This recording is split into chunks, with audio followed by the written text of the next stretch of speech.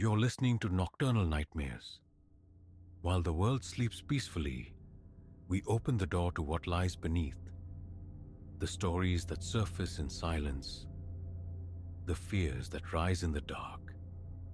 These are not dreams, they are reminders. Stay with us. And don't close your eyes just yet.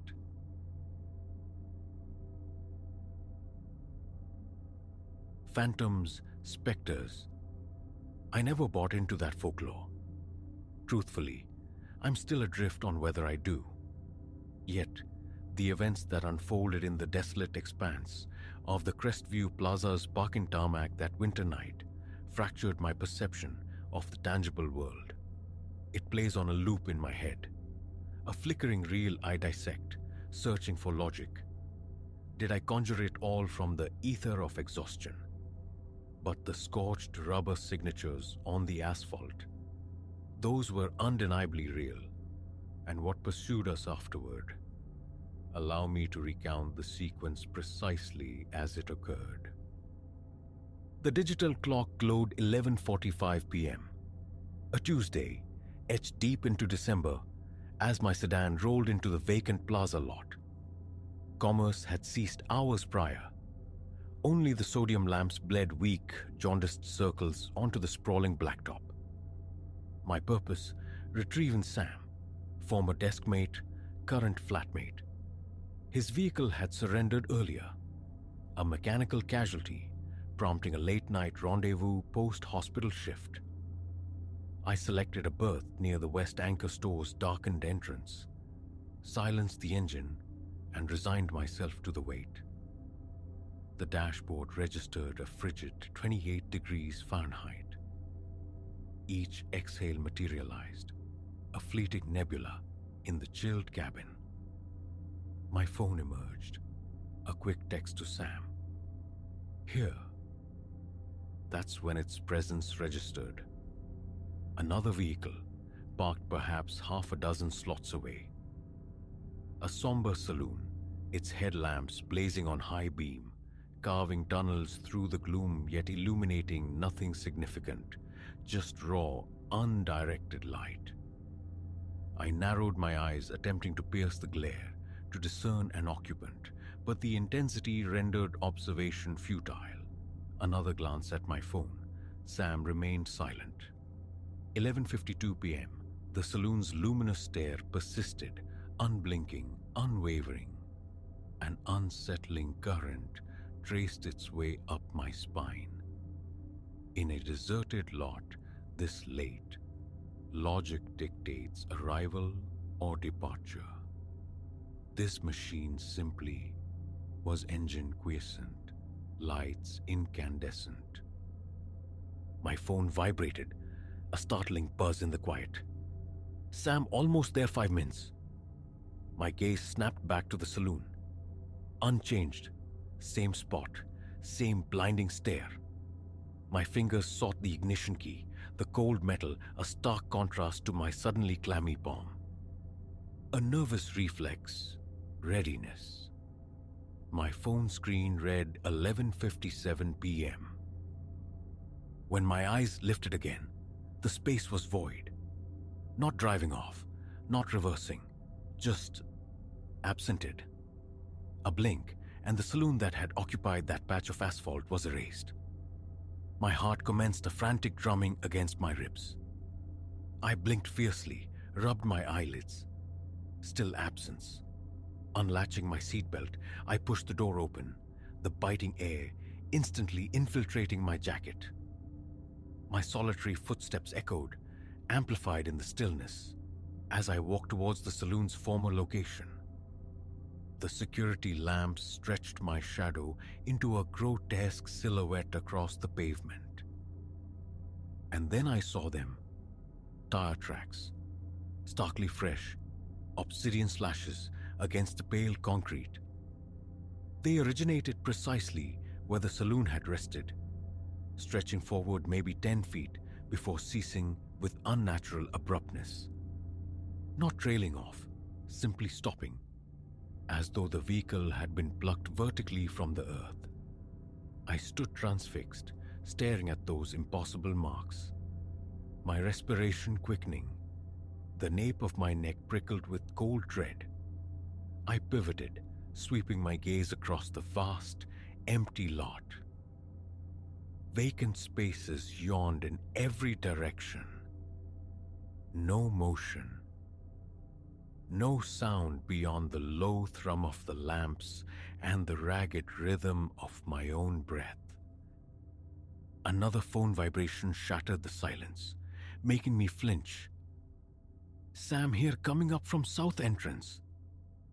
I scrambled back towards my car, fumbling with the lock, my hands betraying a tremor. Safely inside, I engaged the central locking, twisted the key.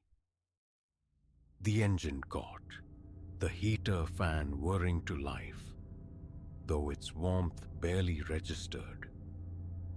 My eyes compulsively flickered to the rearview mirror, fixating on the empty asphalt where the phantom saloon had stood.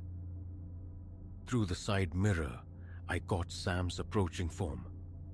A figure clad in hospital scrubs, moving briskly, hands plunged deep into pockets against the cold. As he reached the passenger side, I thumbed the unlock button. He slid inside, bringing a gust of frigid air. Leo, man, thanks for this. What a day, just completely. His words trailed off as he registered my expression. You all right? You look like you've just wrestled a poltergeist. My mouth opened, then clamped shut. Where does one even begin to articulate such an absurdity? Shifting into reverse, I muttered, I'll explain en route. Let's just vacate this place. We exited the lot, turning onto Sycamore Trace. At this hour, the road was a deserted ribbon slicing through 5 miles of dense, dark woodland before merging with the highway. The car's interior finally began to thaw. Sam watched me, his curiosity palpable. Drawing a shaky breath, I recounted the preceding minutes. As the narrative unfolded, my eyes reflexively scanned the rearview mirror. Nothing but receding darkness. And then poof, the car just vanished, I concluded. But those tracks remained. I saw them, Sam. Sam absorbed this, silent for a beat. Seriously strange. Are you positive it didn't just drive off while you looked away? Zero engine noise, no movement glimpsed. One moment present, the next utterly gone. My grip tightened on the steering wheel. I realized the absurdity, but the sentence fragmented. Because there, reflected in the mirror, were 2 piercing points of light. Distant but rapidly gaining. Far too rapidly. Instinctively, my foot depressed the accelerator. The needle climbed. 50, 55, 60 miles per hour. What is it? Sam twisted in his seat, peering back. Oh, hell. The headlights swelled, resolving into the unmistakable silhouette of the saloon from the plaza. It mirrored our velocity precisely, maintaining an unnerving, constant distance regardless of our increasing speed. 65 mph, 70. The forest became a streaking monochrome blur. Sweat beaded on my palms, slick against the wheel. Shake it, Sam urged, his voice taut. Take the next turn off. Now. Ahead, I saw the junction. A severe right onto Aspen Lane. Executing that turn at our current velocity-courted disaster, yet the luminous presence dominating my mirrors. The decision was instantaneous. I slammed the brakes, wrenching the wheel hard right. Tires shrieked in protest. Sam braced against the dashboard. We fishtailed violently before finding purchase on Aspen Lane. I floored the accelerator again, adrenaline surging like wildfire through my veins. This road was narrower, serpentine, winding through the trees. Ideal terrain for evasion. A glance in the mirror. Still there. Unchanged distance. It had navigated the turn with impossible fluidity. That's not feasible, Sam breathed. No real car could corner like that at that speed. My thoughts raced. Aspen Lane eventually looped back towards the highway, but miles lay between here and there. We were isolated, pursued by... what? A spectral vehicle? The notion induced a wave of nausea. Abruptly, the saloon's headlights intensified, flooding my mirrors with a blinding, incandescent glare. All sense of the road behind us dissolved into that searing white light. "It's gaining!" Sam shouted. I pushed my car harder, navigating the curves with reckless abandon. Trees flashed past like skeletal sentinels. The engine strained, whining its protest. 80 miles per hour now, on a lane posted for 35.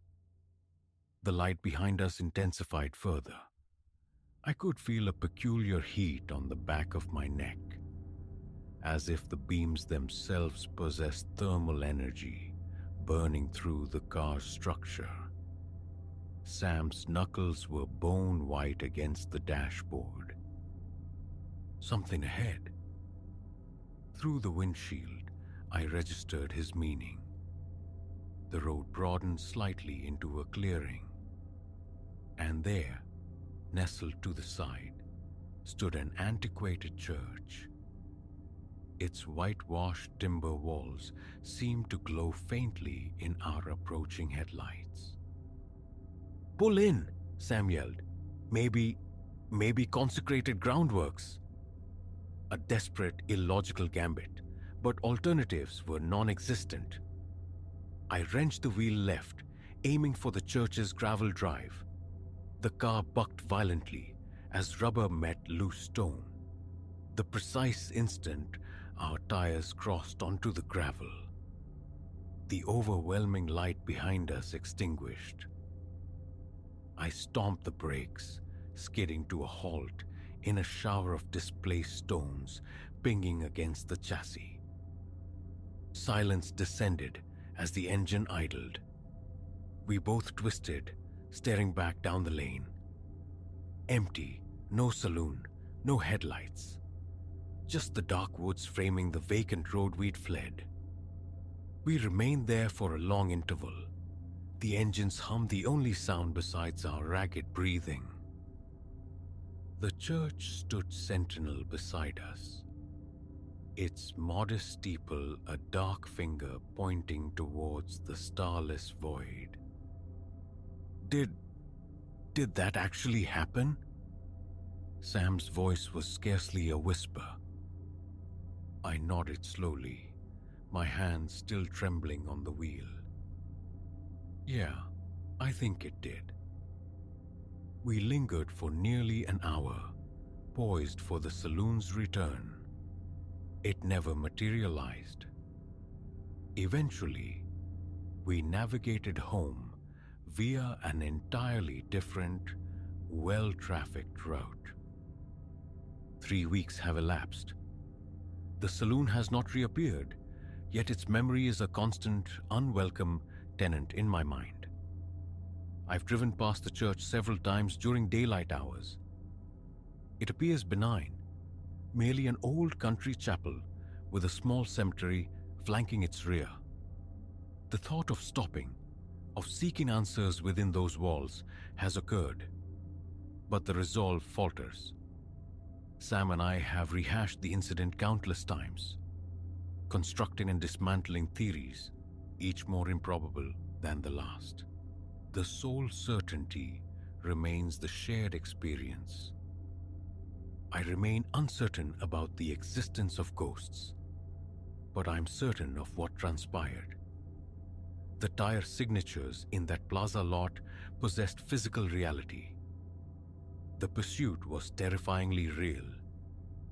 And somewhere, traversing those nocturnal backroads, exists a saloon with incandescent eyes, operating outside the known parameters of our world. Empty parking lots are now territory I actively avoid, and solitary nighttime drives are undertaken only when inescapable. Occasionally, driving late, I find myself compulsively checking the rearview mirror, scanning for those twin beams, wondering if they too are searching for me. Mostly, though, I suppress contemplation of what might have ensued had the church not offered sanctuary, or what motive propelled that phantom vehicle. Certain questions are best left undisturbed. Certain enigmas should retain their mystery. I only know that the next time a late-night pickup is required, the rendezvous point will be brilliantly illuminated, populated, witnessed. Because somewhere out there lurks a dark saloon with Pearson headlights, quiescently waiting for the next solitary soul in an empty expanse near midnight. That is my account, unembellished. Interpret it as you wish. But should you find yourself out late and spy a lone car, headlights ablaze, static in an empty lot, do not linger. Depart, swiftly, and resist the urge to look back. Because sometimes the objects reflected in your mirror are indeed closer and stranger than they appear.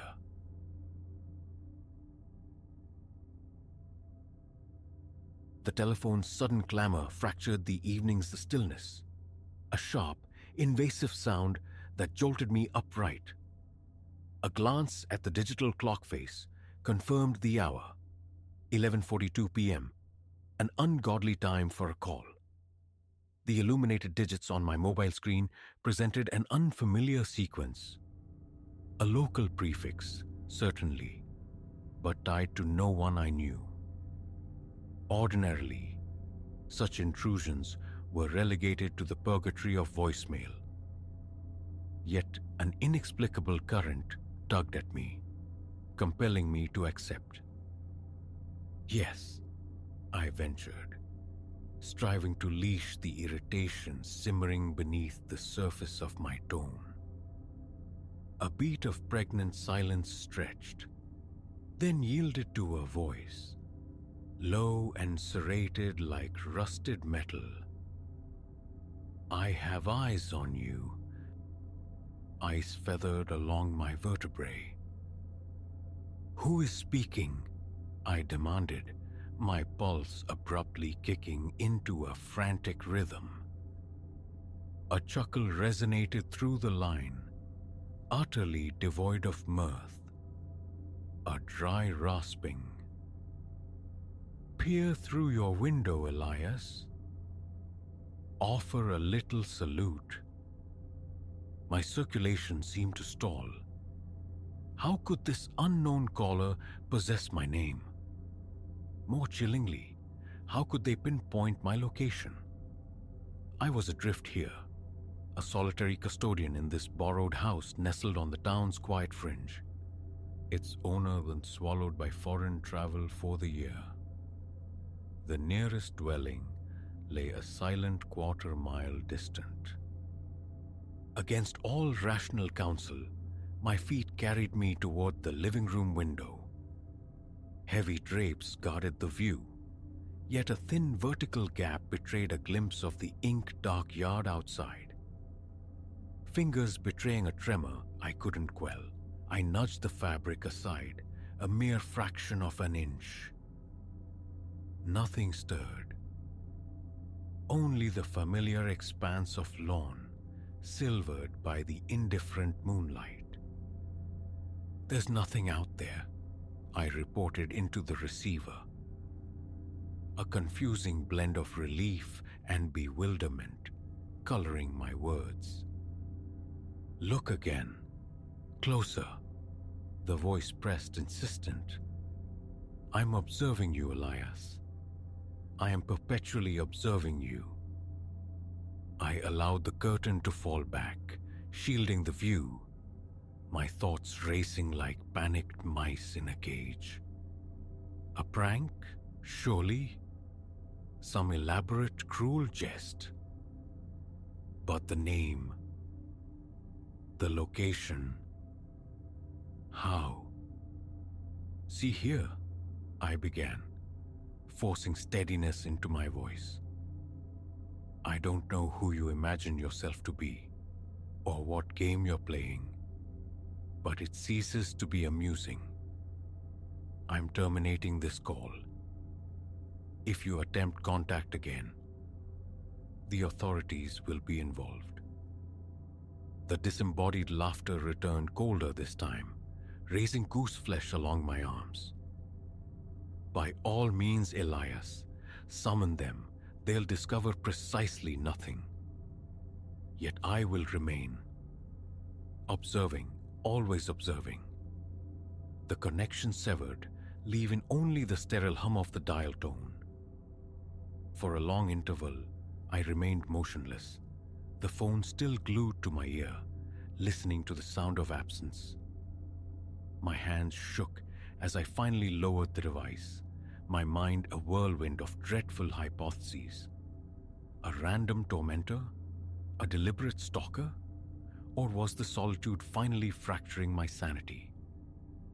The subsequent hour dissolved into a meticulous ritual of securing the house, verifying each lock on every door, every window latch, peering repeatedly into the oppressive darkness for any anomaly. But the night offered no clues. No impressions marred the damp soil encircling the foundation. No twigs seemed unnaturally snapped among the sentinel trees. All remained undisturbed, precisely as it ought to be. Eventually, profound weariness began to eclipse the fear, dragging me into a shallow, troubled sleep. The respite, however, proved fleeting. The following night, punctual as a morbid clockwork, my phone erupted at 11:42 p.m. The identical number flared on the screen. This time, I let the summons go unanswered. A minute later, a small icon materialized. One new voicemail. With hands that felt disconnected from my will, I initiated playback. You cannot simply disregard me, Elias. The familiar, gravelly voice intoned. I persist, still observing. Pleasant dreams. I erased the recording, my heart hammering against my ribs, and blocked the number. This wasn't real.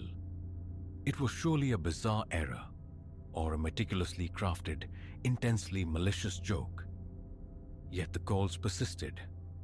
Every night, 11:42 p.m., heralded by a different, freshly unknown number.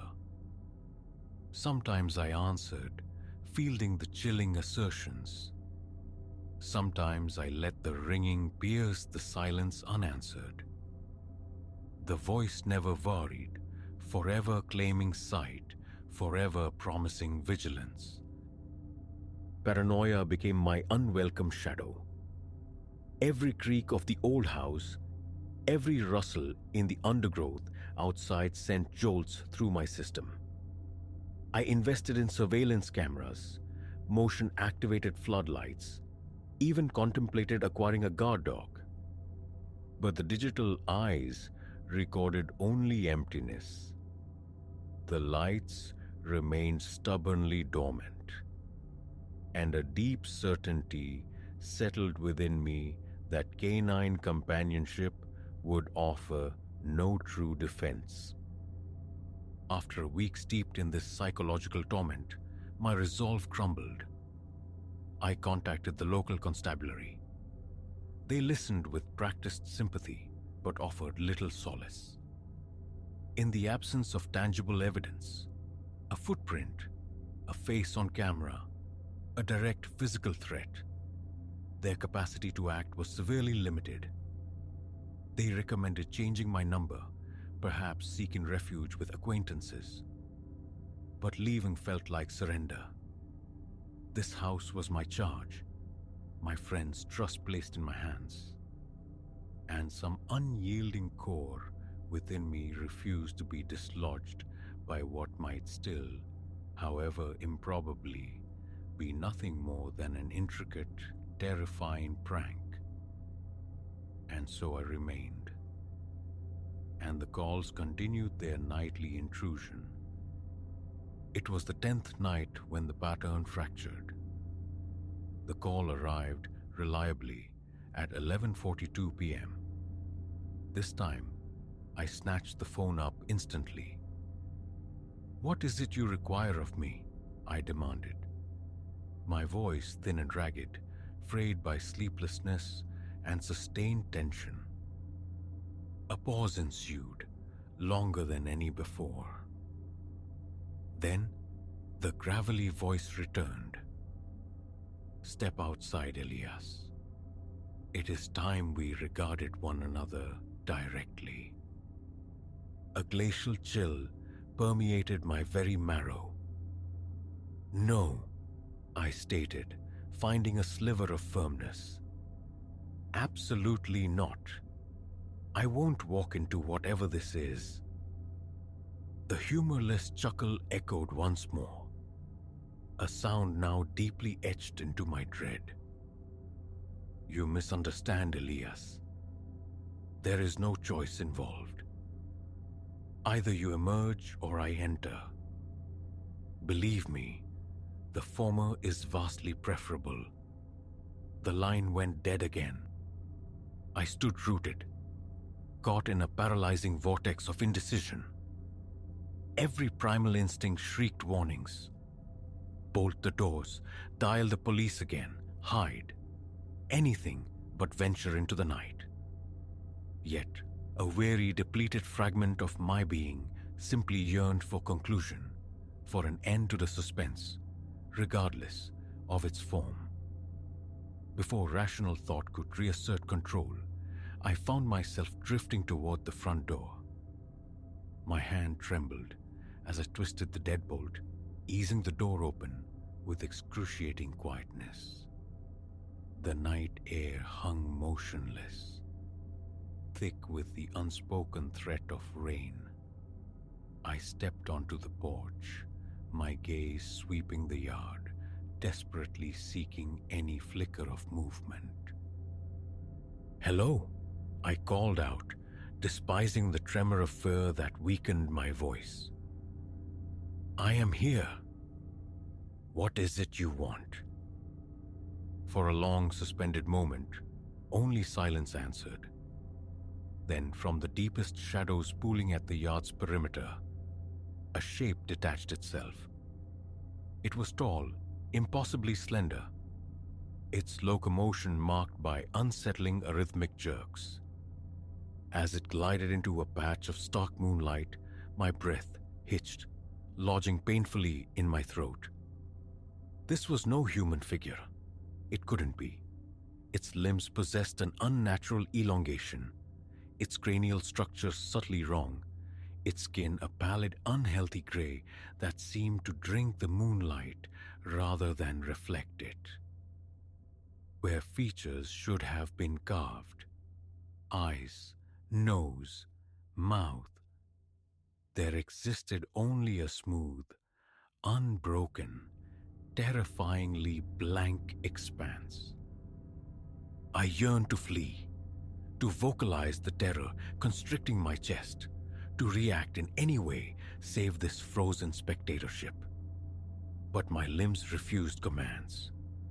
I could only watch, transfixed, as the entity advanced, its strange gait smoothing into something more deliberate, more purposeful as it neared. It halted at the base of the porch steps, canting its featureless head in a gesture almost resembling curiosity. Then, to my profound horror, A thin seam materialized across the blankness of its face, splitting horizontally, widening into a grotesque parody of a mouth. "Greetings, Elias," it uttered, the voice identical to the one from the phone. That low, rasping timbre, now given physical presence. How very good to finally establish acquaintance in person. My own voice returned, though barely more than a strained exhalation. "What? What are you?" The entity's mouth stretched wider, perhaps simulating a smile. "I encompass many roles, Elias. An observer, a custodian, one who maintains equilibrium." "What is the meaning of that?" I pressed, raw fur momentarily yielding to a morbid compulsion to understand. "Why subject me to this torment?" The creature tilted its head to the opposite side. "Tormenting? No, Elias. Conditioning. You see, you possess a certain distinction. You perceive phenomena others overlook, register frequencies others cannot. This is the reason for your selection." My thoughts struggled to cohere. Selection? For what purpose? "To join our ranks," it stated with stark simplicity. "To become an observer, akin to myself. To witness existence in its true configuration. Not the filtered reality humans construct for comfort." I shook my head, instinctively retreating a step. "No, I reject that. I simply wish to be left in peace." The creature's mouth contorted, possibly into a frown. "Regrettably, that option is no longer available, Elias. You have now perceived me. There is no pathway back." It glided forward a step, its unnervingly long arms extending toward me. I attempted to recoil, to run, but my legs remained locked in place, unresponsive anchors. As its cold gray fingertips made contact with my temples, a potent jolt, an electric surge, coursed through my entire being. Instantly, the fabric of the world around me warped and shifted. Colors blazed with impossible intensity, shadows deepened into abyssal pools of meaning. Sounds flooded my awareness. The sibilant whisper of wind combing through grass miles distant. The frantic thrumming heartbeats of unseen creatures nestled deep within the woods. And my sight. I saw everything. The unveiled architecture of reality laid bare, intricate and terrifying. It was sublime. It was monstrous.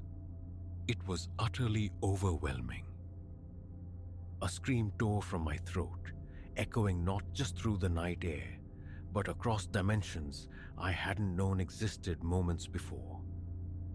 The creature, the observer, held me fast, its touch paradoxically grounding amidst the sensory cataclysm of my expanding consciousness. "Patience, Elias," it conveyed, the gravelly voice now imbued with an unexpected resonance, almost soothing. "The initial moments always present the greatest challenge. You will acclimate. You will learn to regulate the flow."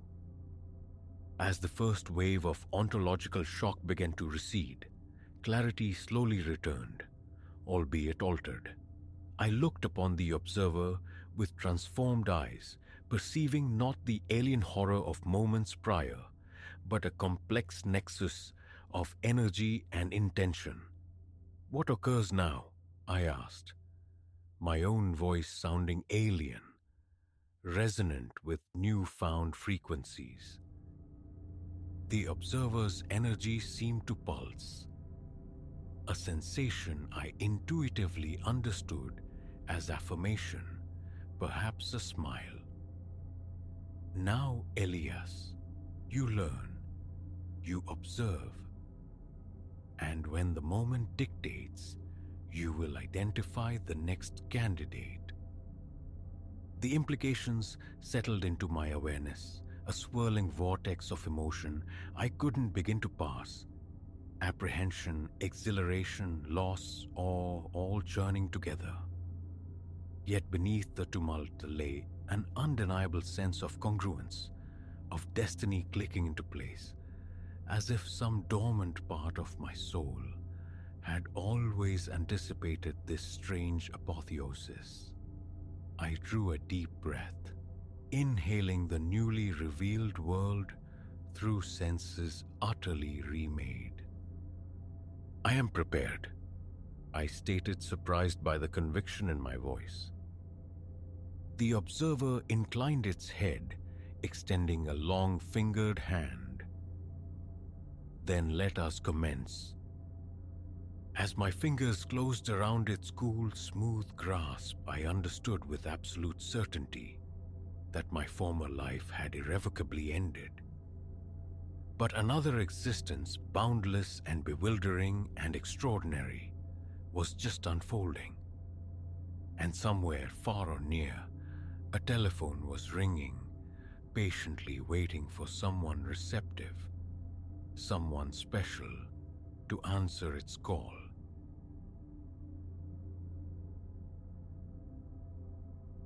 The initial whisper of the camera's mechanism, a soft click, felt benign, almost lost in the sigh of the waves.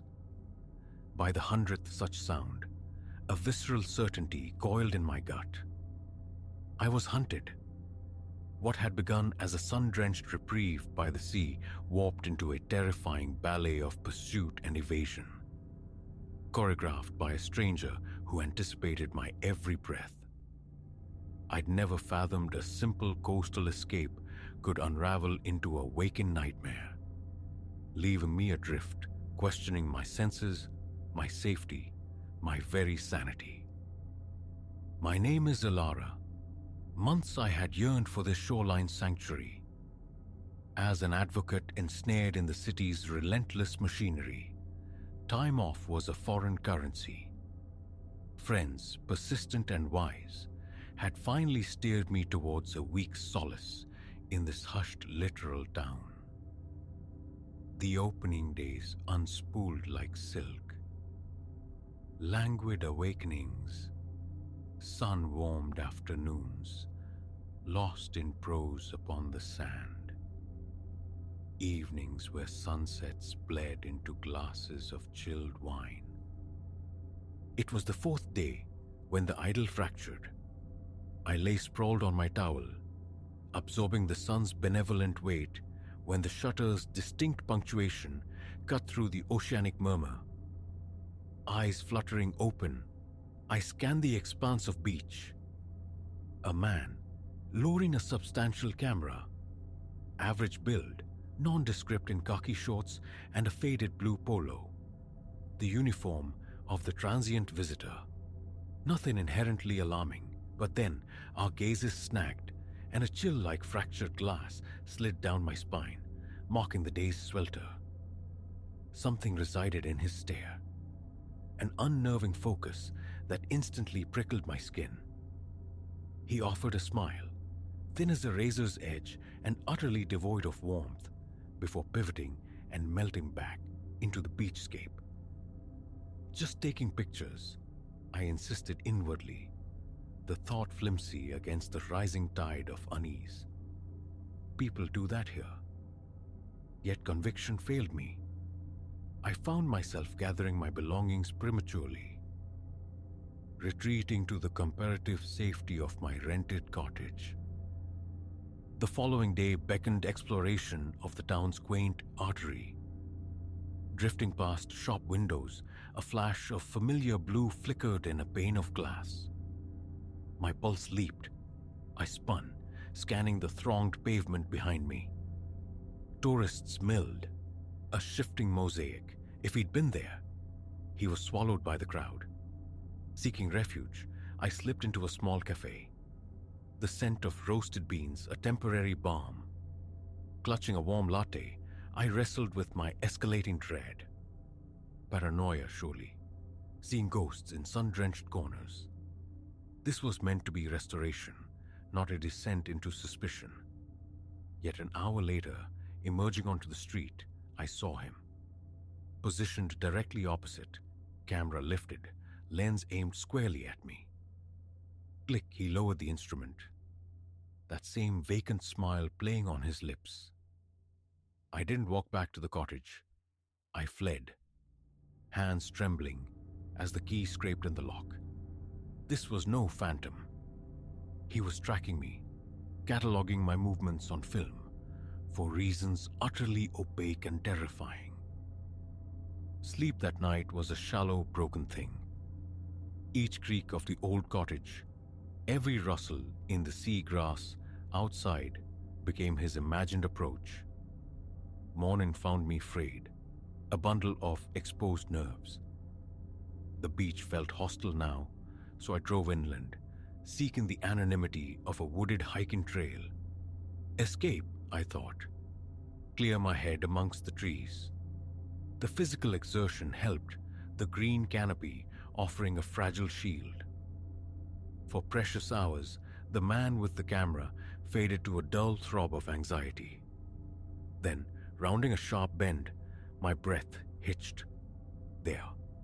Standing on a rocky outcrop perhaps 100 yards ahead, camera leveled, aimed directly down the path. At me. I froze, adrenaline flooding my system like ice water. Impossible. How could he predict my route? How had he outpaced me? He lowered the camera and began walking towards me, his gait unhurried. Reason evaporated. I turned and ran, instinct screaming louder than thought. Down the trail, I plunged, branches clawing at my face, my lungs burning, the air tearing in my throat. Behind me, his footsteps steady, measured, a terrifying counterpoint to my frantic flight. He knew. He didn't need to rush. I burst from the tree line into the graveled parking lot, fumbling, fingers slick with sweat, for my car keys. As the engine roared to life and I fishtailed out onto the access road, I saw him emerge from the woods, camera still in hand. That cold, empty smile fixed upon his face. Straight to the local constabulary I drove, the tremor in my hands making the steering wheel vibrate.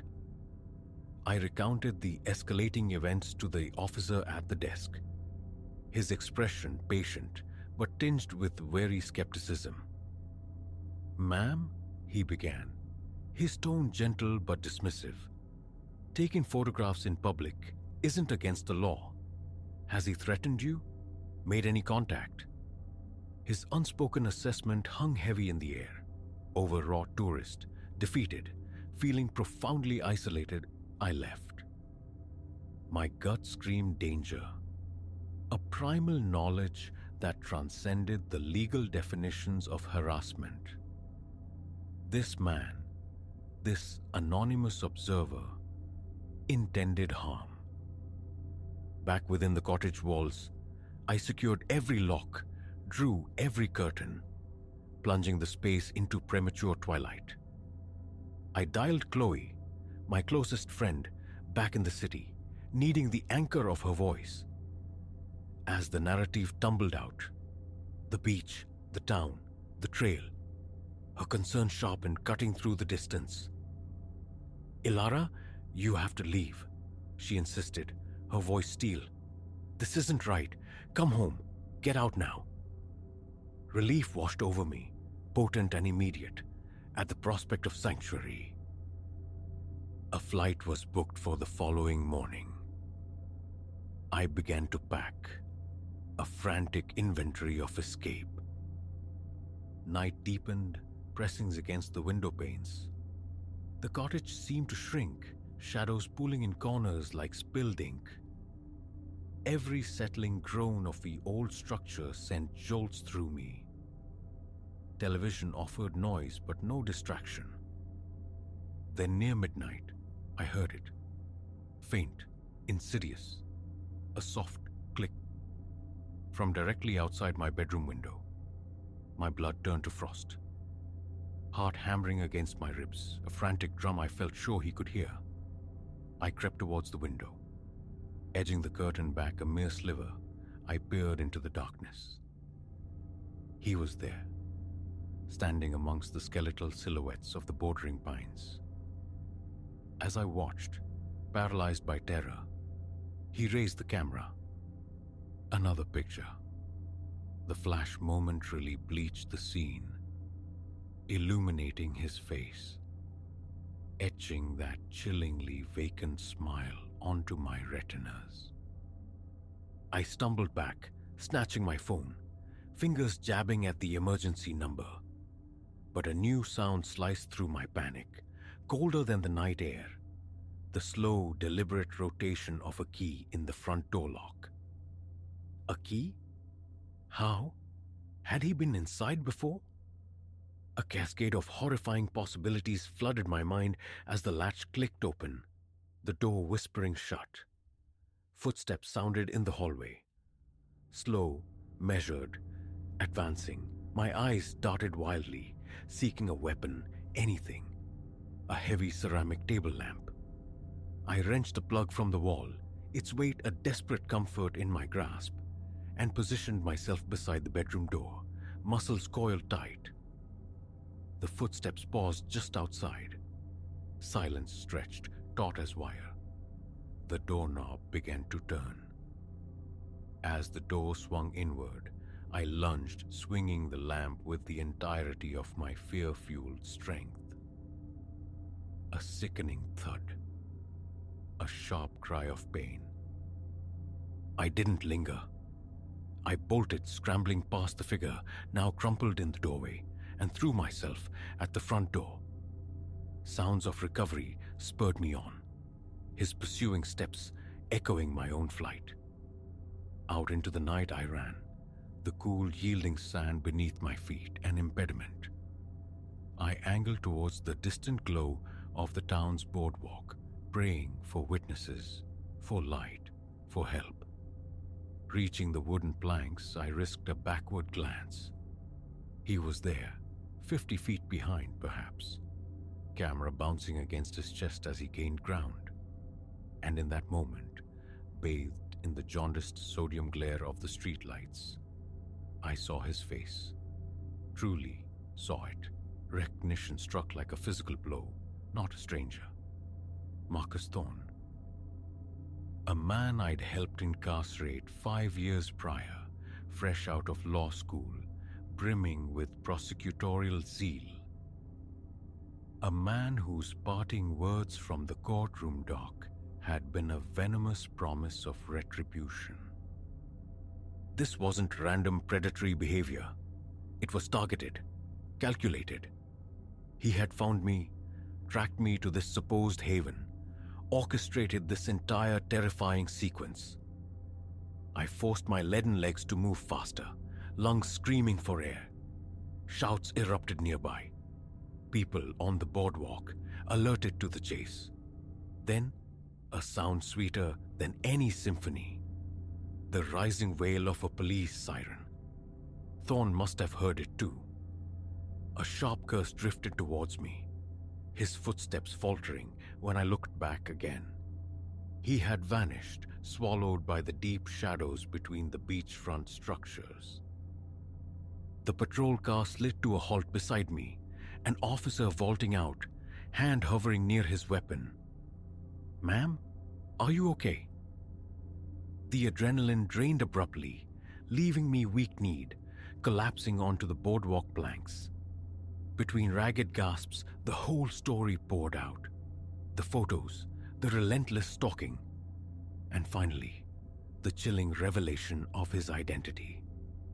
They found Marcus Thorne an hour later, attempting to board a late-night bus out of town. His camera yielded its digital harvest, hundreds of images of me, lounging on the sand, browsing in shops, even spectral figures captured through the cottage windows. More chillingly, they discovered meticulous notes detailing my routines, my habits, and tucked within his bag, a small collection of personal effects, a scarf, a discarded concert ticket, a chipped coffee mug, items that could only have originated from my apartment miles away in the city. He'd been paroled 6 months ago, I learned later. 6 months spent meticulously researching my life, observing from the periphery, awaiting the opportune moment. My vacation, my bid for peace, had inadvertently provided it. I pressed charges, stalking, breaking and entering, terroristic threats. Yet even as Thorne was led away, hands cuffed behind his back, the look he shot me across the emptying boardwalk wasn't one of defeat. It was a promise. This wasn't the end. The flight home the next day felt like crossing into a different reality. Yet the fear clung to me like sea salt. Every camera click on a busy street made me flinch. Every unexpected flash of light sent jolts of panic through me. My apartment, once a refuge, now bristled with newly installed high-tech security. Therapy sessions became a weekly ritual, attempts to untangle the knots of anxiety and paranoia. Months have drifted by. Logic dictates I am safe. Thorne resides behind bars again, facing a significantly longer sentence. But sometimes, walking through the anonymous city crowds, or lying awake in the pre-dawn stillness, I hear it, or imagine I hear it, the faint, phantom click of a camera shutter. And a cold dread settles deep within me, whispering the question, will I ever truly feel secure again?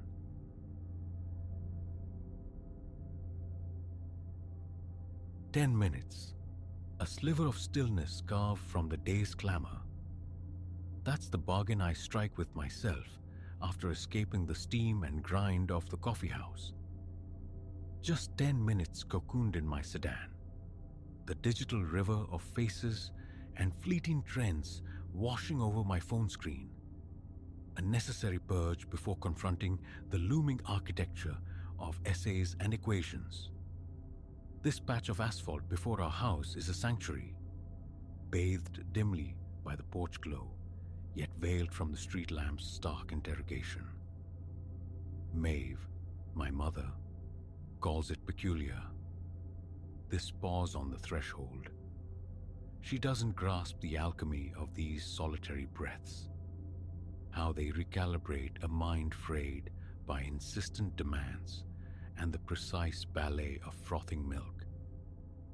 But tonight, the familiar comfort curdles. An inexplicable weight presses against the glass. The autumn air turned thick, almost suffocating. My phone's luminescence catches a flicker in the rearview mirror's depths, a phantom limb of shadow detaching itself from the familiar dark. A sharp turn of my head reveals only the quietude of our suburban lane, punctuated solely by Mrs. Davies navigating the pavement with her briskly trotting Westie. Her wave is a familiar gesture in the twilight. Mine, a shaky reply, attempting to dispel the sudden, visceral chill snaking up my spine. I retreat to the screen's hypnotic glow, seeking refuge in the mindless scroll. Yet, the world outside the car has sharpened its edges. Every sound resonates.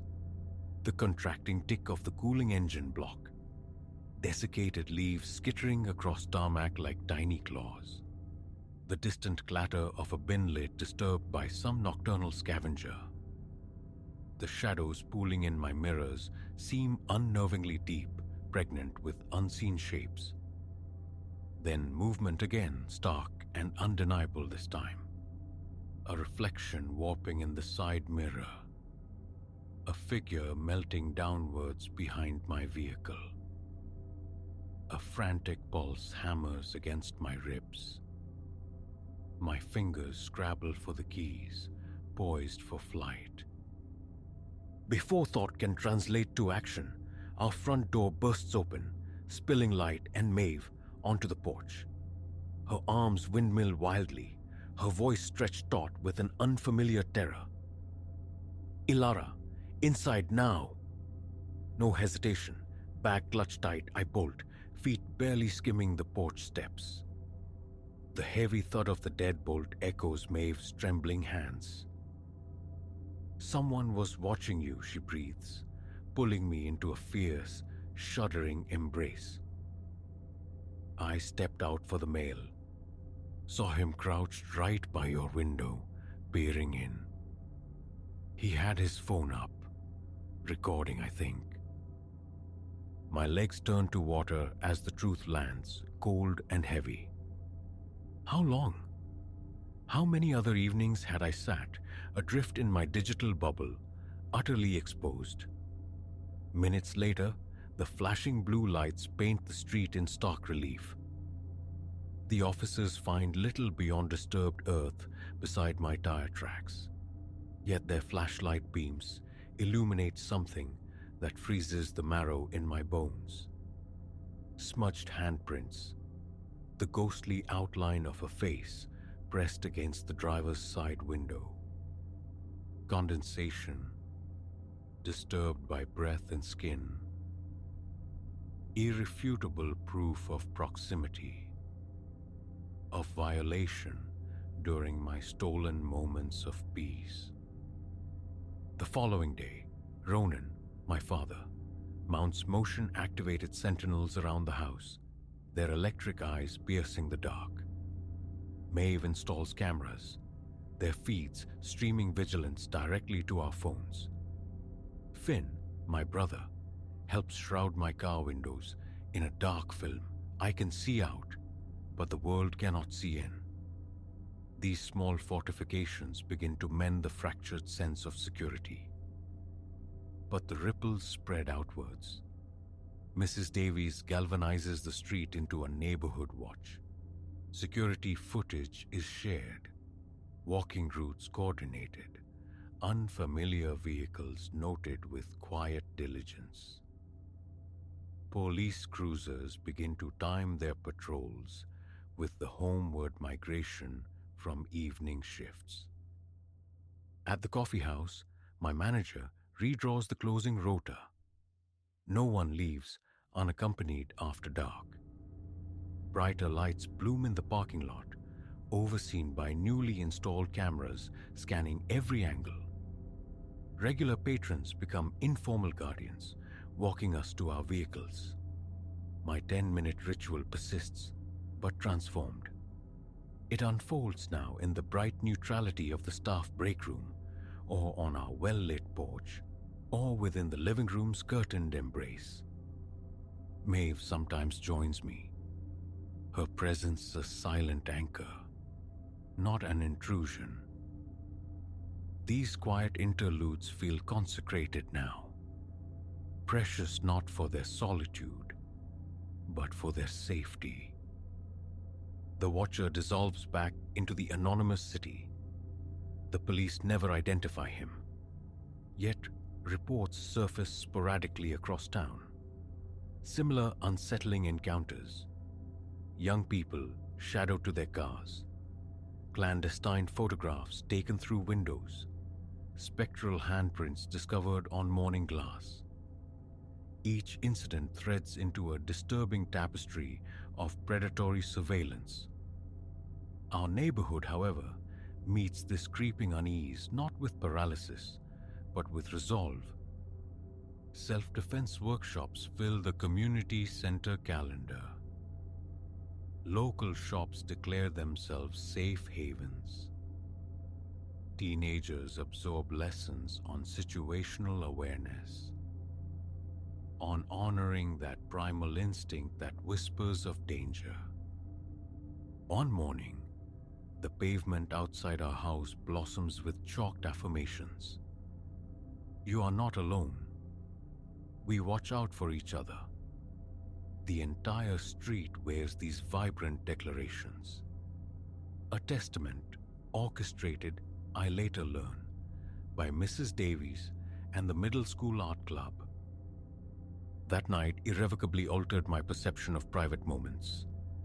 Their necessity remains, a vital pause in life's relentless tempo. But true privacy, I now understand, isn't found in isolation, but within secure spaces fortified by a vigilant, caring collective. Last week, I saw a young girl lingering in her car after school, phone aglow. The echo of my own past self, seeking that brief respite, was unmistakable. I didn't just walk past. I paused, maintaining a respectful distance, until she looked up. We spoke, then, about the careful balance, staying alert to the world around while still tending to the world within. My car windows bear different prints now, laminated drawings from the cafe's children's art sessions, uplifting quotes scrawled in washable marker, visible assertions that this space, once compromised, is now watched over, reclaimed. Vulnerability has become a canvas for resilience. Sometimes, late at night, a flicker in the rear view still prompts a reflexive check. An unexpected sound in the darkness can still make me jump. But these reactions are echoes, not chains. They are reminders to remain aware, to trust the gut's low hum, to maintain the boundaries that preserve safety. Because privacy, I learned, isn't an inherent right passively received. It is actively woven, thread by careful thread, through shared awareness, mutual support, and the courageous act of turning fear into connection. My 10 minutes of peace feel deeper now, resonant not with solitude, but with the quiet strength of a community standing guard.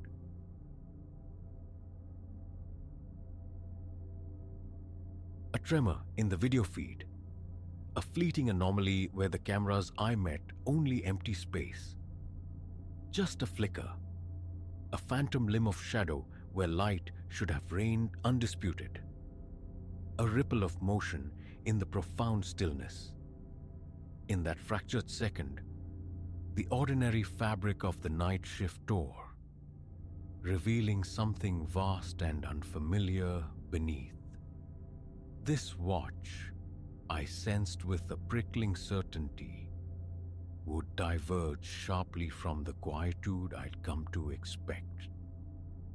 Elias is the name stitched inside my uniform jacket, and for nearly half a decade, the Grand Metropolitan Museum has been my nocturnal domain. Typically, it's a tranquil stewardship. Myself, the unblinking lenses of the security system, and corridors laden with the silent weight of millennia. Treasures valued in the stratosphere. But this evening hummed with a different, dissonant frequency. I leaned into the console, the constellation of screens drawing me close, my lukewarm tea utterly forgotten. Each monitor displayed its expected tableau. Deserted galleries bathed in the low, respectful glow of ambient light, the spectral dance of reflections on vitrine glass. Then, the aberration repeated. A stutter in the feed from the Nile Antiquities Hall. Brief as a blinked eye, yet suggestive of passage, of presence dissolving into absence, What in the blazes? The question escaped my lips, a low murmur swallowed by the room's quiet hum. My hand reached for the playback controls, seeking to snare the fleeting image. Before my fingers found the button, another screen convulsed. This one monitoring the gallery of arms and armor from feudal Europe. My pulse quickened, drumming a nervous rhythm against my ribs. One glitch? An electronic ghost, perhaps? Two disparate locations, moments apart? That felt less like chance, more like design. Securing my heavy-duty torch and the crackling radio, I paused, a breath held captive in my chest. The corridor yawned before me, a maw of deepening shadows, animated by the hesitant sweep of my light. Every nerve ending screamed retreat, urged a call for reinforcement. Yet, a colder logic prevailed. By the time cavalry arrived, the inciting incident, whatever spectral play was unfolding, might well have reached its conclusion, leaving only echoes and questions. My own footsteps became intrusive percussion on the polished marble as I navigated towards the Nile exhibits. The atmosphere felt dense, charged with a static tension that made the hairs on my arms stir. Round in a corner, flanked by colossal granite pharaohs, my torch beam ignited the funerary mask of the Boy King, a blaze of impassive gold. I swept the light methodically across the chamber, anticipating a figure melting behind a sarcophagus, a shadow detaching itself from the wall. Nothing. Only the stoic assembly of relics, locked in their timeless vigil. Just as I prepared to withdraw, an incongruity snagged my attention. A faint smear marring the pristine glass protecting a row of canopic jars. Drawn closer, my own breath misted the surface as I examined the mark. It resolved into the distinct, greasy outline of a handprint. Fresh, undeniably fresh. "Control, this is Elias," I spoke into the radio, my voice sounding alien and amplified in the tomb-like silence. "Potential unauthorized presence detected, Nile Antiquities, requesting immediate assistance." Only a burst of static answered, sharp and dismissive. I tried again, keying the mic with rising urgency. Silence, absolute and unyielding. Damnation. Either the unit had failed, or something more deliberate was blanketing the frequencies. Either scenario left me starkly, chillingly isolated. Retracing my steps towards the central security hub became an exercise in heightened awareness. Every settling groan of the old edifice mimicked footfalls. Every shadow seemed poised to lengthen and coalesce. By the time I regained the relative sanctuary of my desk, a sheen of cold perspiration slicked my forehead. The monitors continued their erratic dance, displaying further impossible flickers and movements. I snatched up the landline receiver. Dead. A desperate glance at my mobile confirmed the void. No signal bars. It felt as if the entire museum had been surgically excised from the city, adrift in a pocket of engineered silence. And then, the timestamps. My gaze snagged on the digital clock overlaying each camera feed. They were wrong, wildly wrong, displaying times from hours past. With hands that betrayed a tremor, I navigated the system, accessing the archived recordings. What spooled across the screen sent a jolt of ice through my veins. The footage showed figures, cloaked in purpose, infiltrating the museum shortly after closing. They moved with unnerving familiarity, bypassing laser grids, disabling pressure plates, their progress smooth and professional. But the true horror lay not in their intrusion, but their objective. They weren't emptying the displays. They were exchanging the priceless artifacts.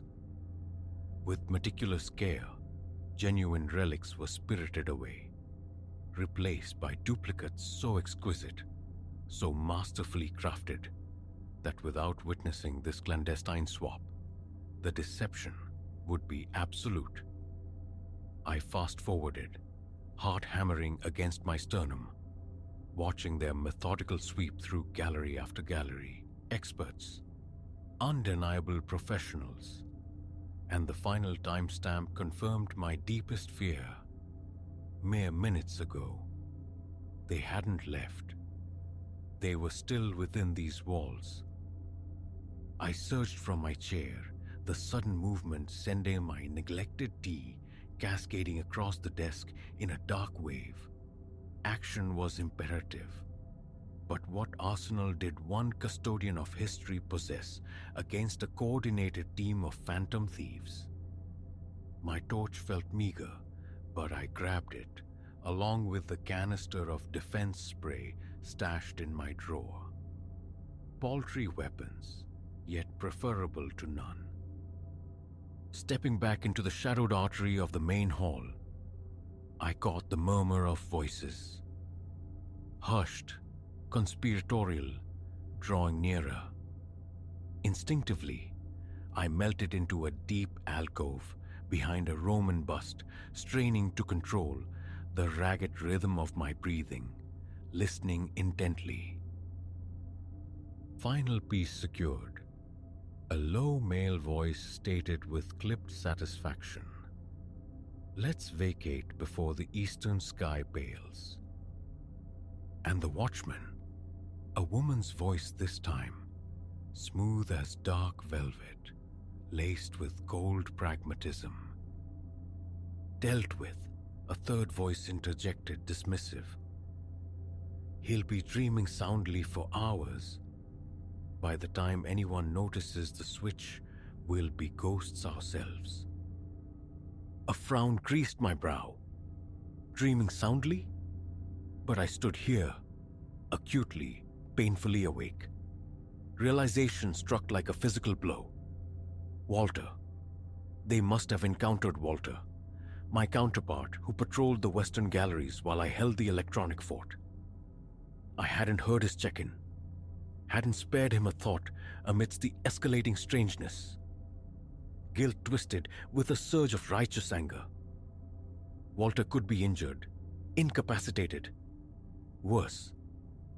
And these predators were poised to vanish with centuries of heritage. Not on my watch. Taking a steadying breath, I stepped from concealment. The beam of my torch painting a stark circle of light on the group ahead. "Hold it right there." My voice, though strained, echoed with authority I didn't feel. "Museum security. Nobody moves." Surprise flickered across their faces. 5 figures clad in functional black, burdened with heavy satchels undoubtedly filled with irreplaceable history. Then the man at the forefront, tall with eyes like chips of obsidian, offered a chillingly calm smile. "Well now," he drawled, his voice devoid of inflection. "It appears we overlooked one." He gestured almost casually to his companions. "Attend to him." 2 figures detached themselves, advancing with predatory grace.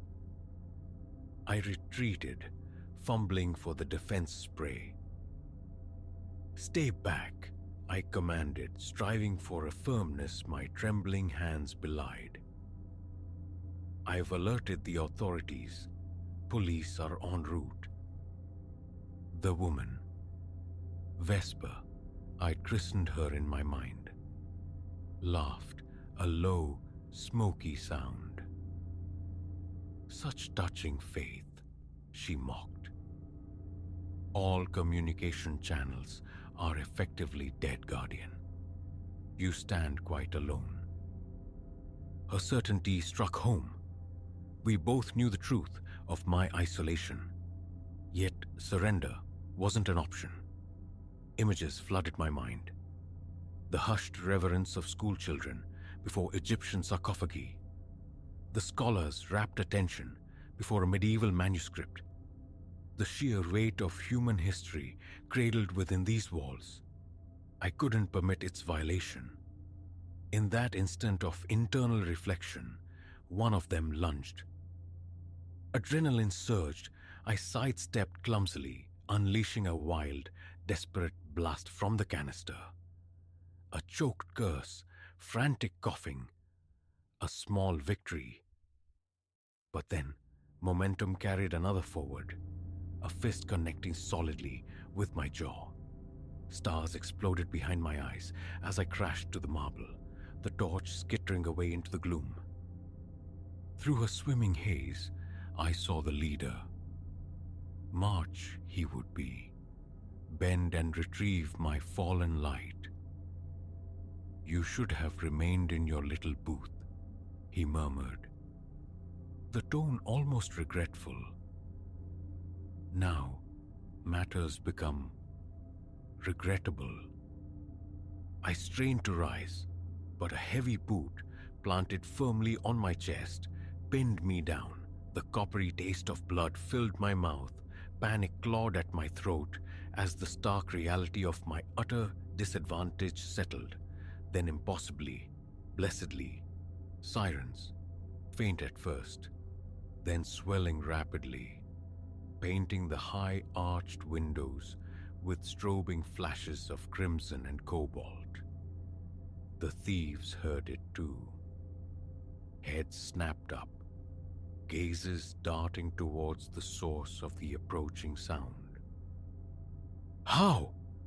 Vesper hissed, her composure finally cracking.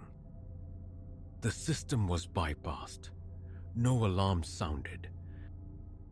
A painful grin stretched my lips. Silent tripwire, I rasped, inventing frantically. Engage the moment your presence registered. Your technicians aren't quite as infallible as presumed. March's face contorted, fury replacing glacial calm. He hefted the torch like a cudgel. I instinctively braced for impact. It never landed. Instead, the resonant crash of shattering glass echoed through the grand hall, followed by amplified shouts. Police, freeze, hands where we can see them. The subsequent moments dissolved into a chaotic tableau. The crushing weight vanished from my chest as the thieves bolted in disparate directions. More shouting, the frantic pounding of running feet, the sharp, definitive crack of a gunshot reverberating off stone and glass. Then abruptly, a return to a strained official silence. Gentle hands helped me stagger upright. A police officer, her expression etched with concern, steadied me. "Sir, are you injured?" she asked, her gaze assessing. I managed a nod, wincing as pain flared along my jaw. "Think I'm functional. Did you?" A reassuring smile touched her lips. "We apprehended all 5 subjects and recovered the contents of their bags. You did admirably, holding the line." Relief washed over me in a dizzying wave, leaching the last dregs of adrenaline. As the officer guided me towards the museum's main entrance, where an ambulance waited patiently, I saw the thieves being escorted, cuffed, towards waiting patrol cars. March, the leader, caught my eye as they bundled him into a back seat. His stare was pure, distilled venom. A tremor might have run through me, but overriding it was an unexpected surge of profound satisfaction. I had fulfilled my duty.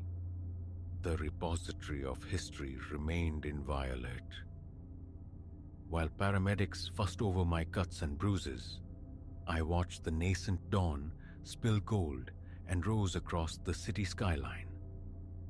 In a few short hours, these doors would swing open. Visitors would stream in, oblivious, gazing in awe at artifacts millennia old, never guessing how narrowly their connection to the past had been preserved. And I would return tomorrow night, to watch, to wait, to guard the slumbering stories, because this is my charge. This is my identity, the unseen sentinel. And whatever shadows the next night might hold, I would be here, vigilant.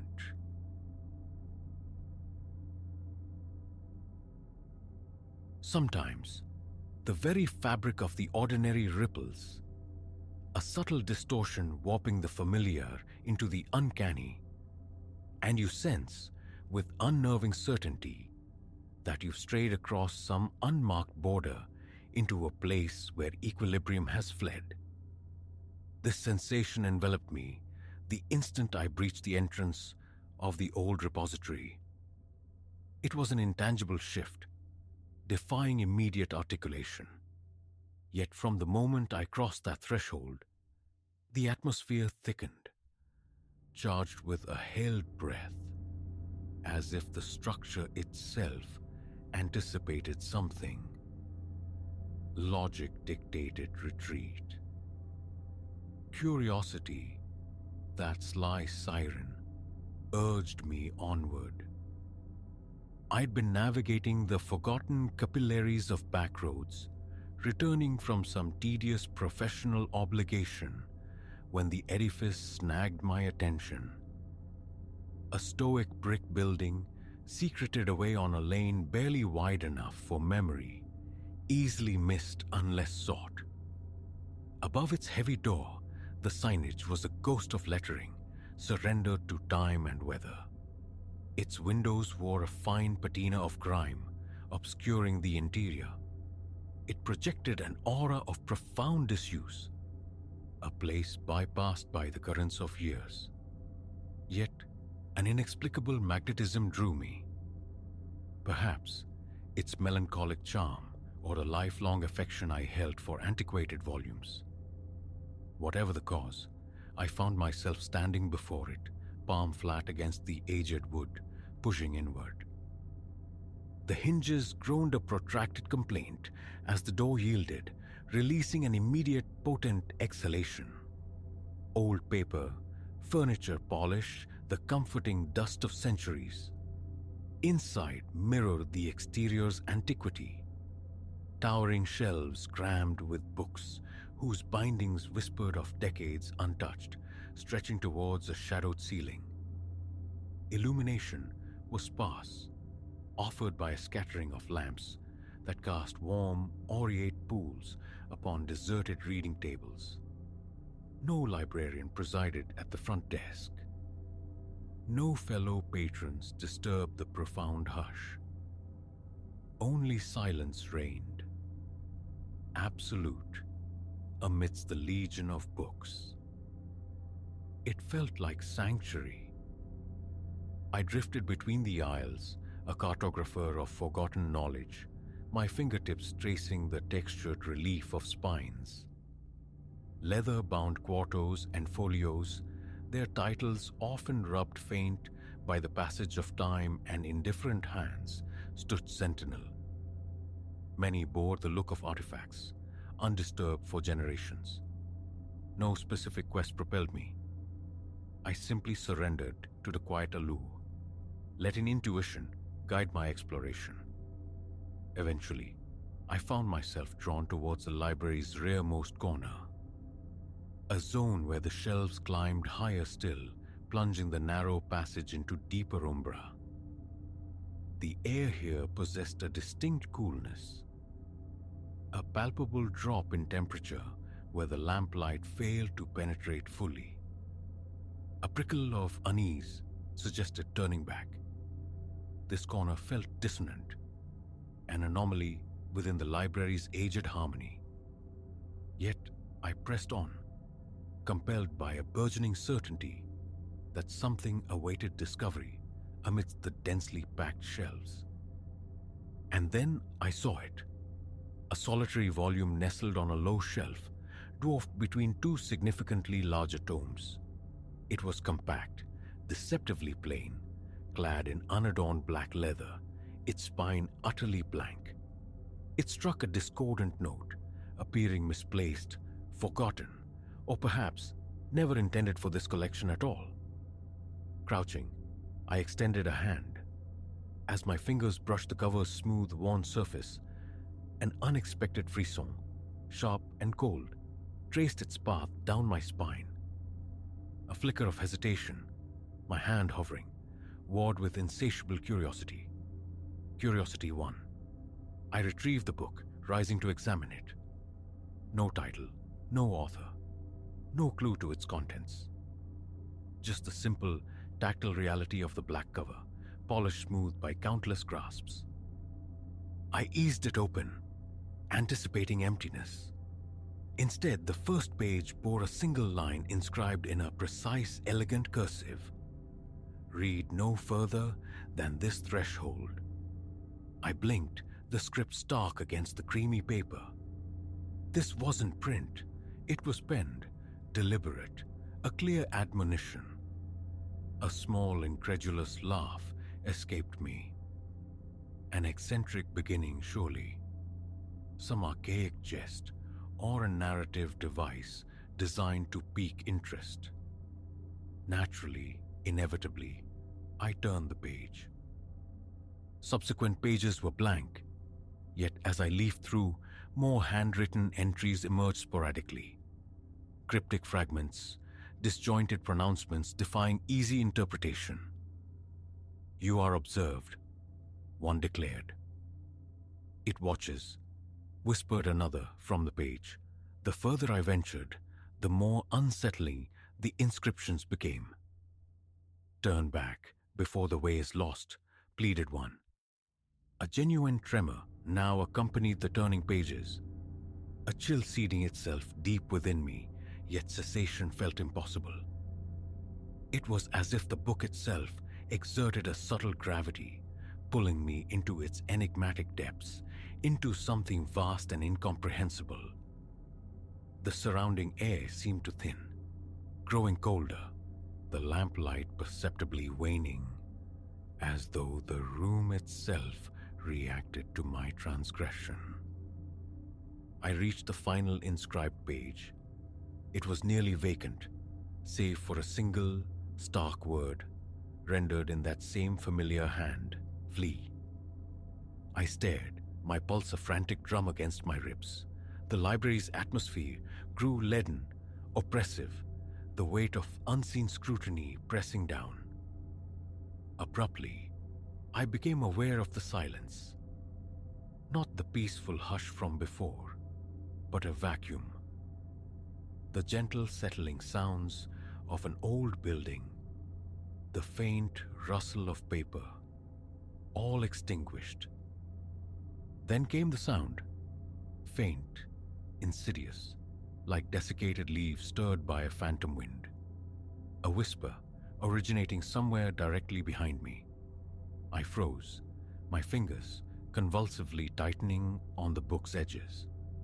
The whisper sighed again, low and intimate, barely more than a breath, the words indistinguishable yet undeniably present. Someone, something, stood impossibly close. With agonizing slowness, heart laboring, I turned. Empty aisles stretched away. Only books and deepening shadows met my gaze. I stood locked in place, forcing measured breaths, rationalizing. The book, the unnerving script, merely an elaborate, unsettling prank left by some long-gone eccentric. Yet, The profound sense of wrongness persisted, the conviction that the library's apparent solitude was a fragile illusion. My gaze dropped back to the book. The imperative, "Flee," searing itself onto my retinas. Trembling hands closed the cover, shoving the volume unceremoniously back onto its shelf. Departure was no longer a choice, but a primal need. I turned, walking briskly towards the entrance, my footsteps echoing like hammer blows in the unnatural stillness. Halfway across the main room, the whisper returned, louder now, closer, sharp with insistence. "Do not leave."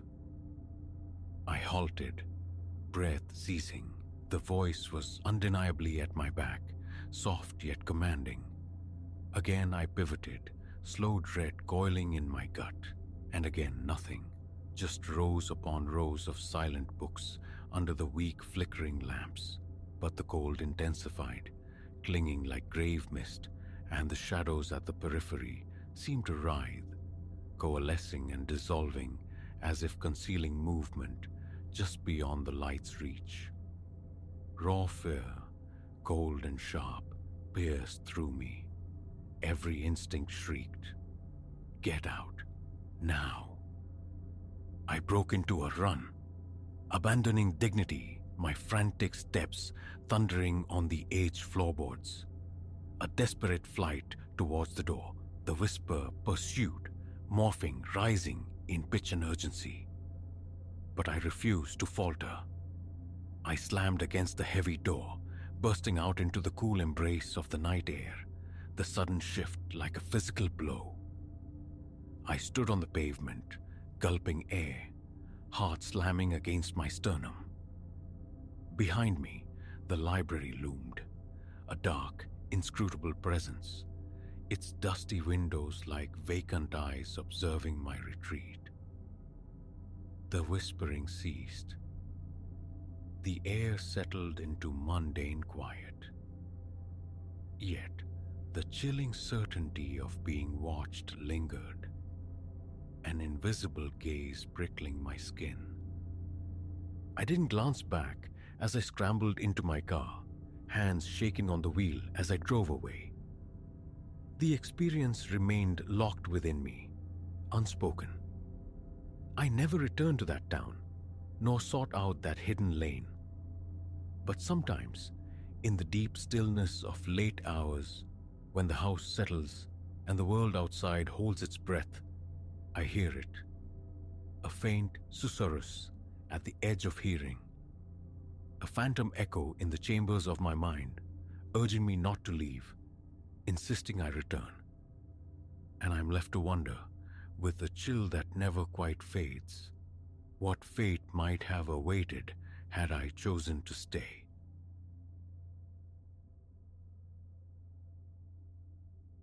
The evening hummed with the artificial pulse of the Oak Creek Galleria, a current Arthur fought against. His only goal, the acquisition of necessities before retreating home. Tethered to his hand, a small anchor in the human tide, was Clara. 7 years old, her world a kaleidoscope of wonders, she skipped beside him, a half-remembered schoolyard melody buzzing from her lips. The mall sprawled, a labyrinth of polished floors and beckoning storefronts, demanding his vigilance. Toward the distant promise of the food court they navigated, Arthur murmuring about a post-shopping indulgence. Clara's grip tightened, a silent, ecstatic affirmation. Storefronts slid past, reflections flickering. Her small hand would tug, diverting him toward kingdoms of plastic and plush. Each plea met his familiar refrain. "Perhaps for your birthday, little star."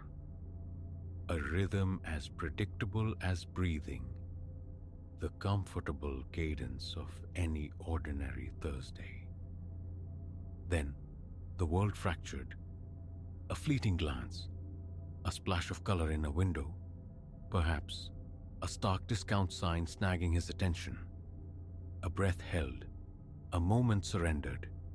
He turned back. The space beside him, where Clara's warmth and smallness had been, was empty. A void opened in his chest, cold and absolute. He scanned the immediate vicinity, a frantic sweep. Clara? The name echoed thin and strange in the mall's vastness. No reply. His gaze darted, a desperate search through the river of shoppers for the canary yellow of her jacket, the dark sweep of her ponytail. Nothing. She had dissolved. Panic, sharp and metallic, surged in his throat. He plunged into the throng, the name tearing from him now, louder, ragged. Faces turned, brief curiosity flickering in indifferent eyes before the current swept them onward.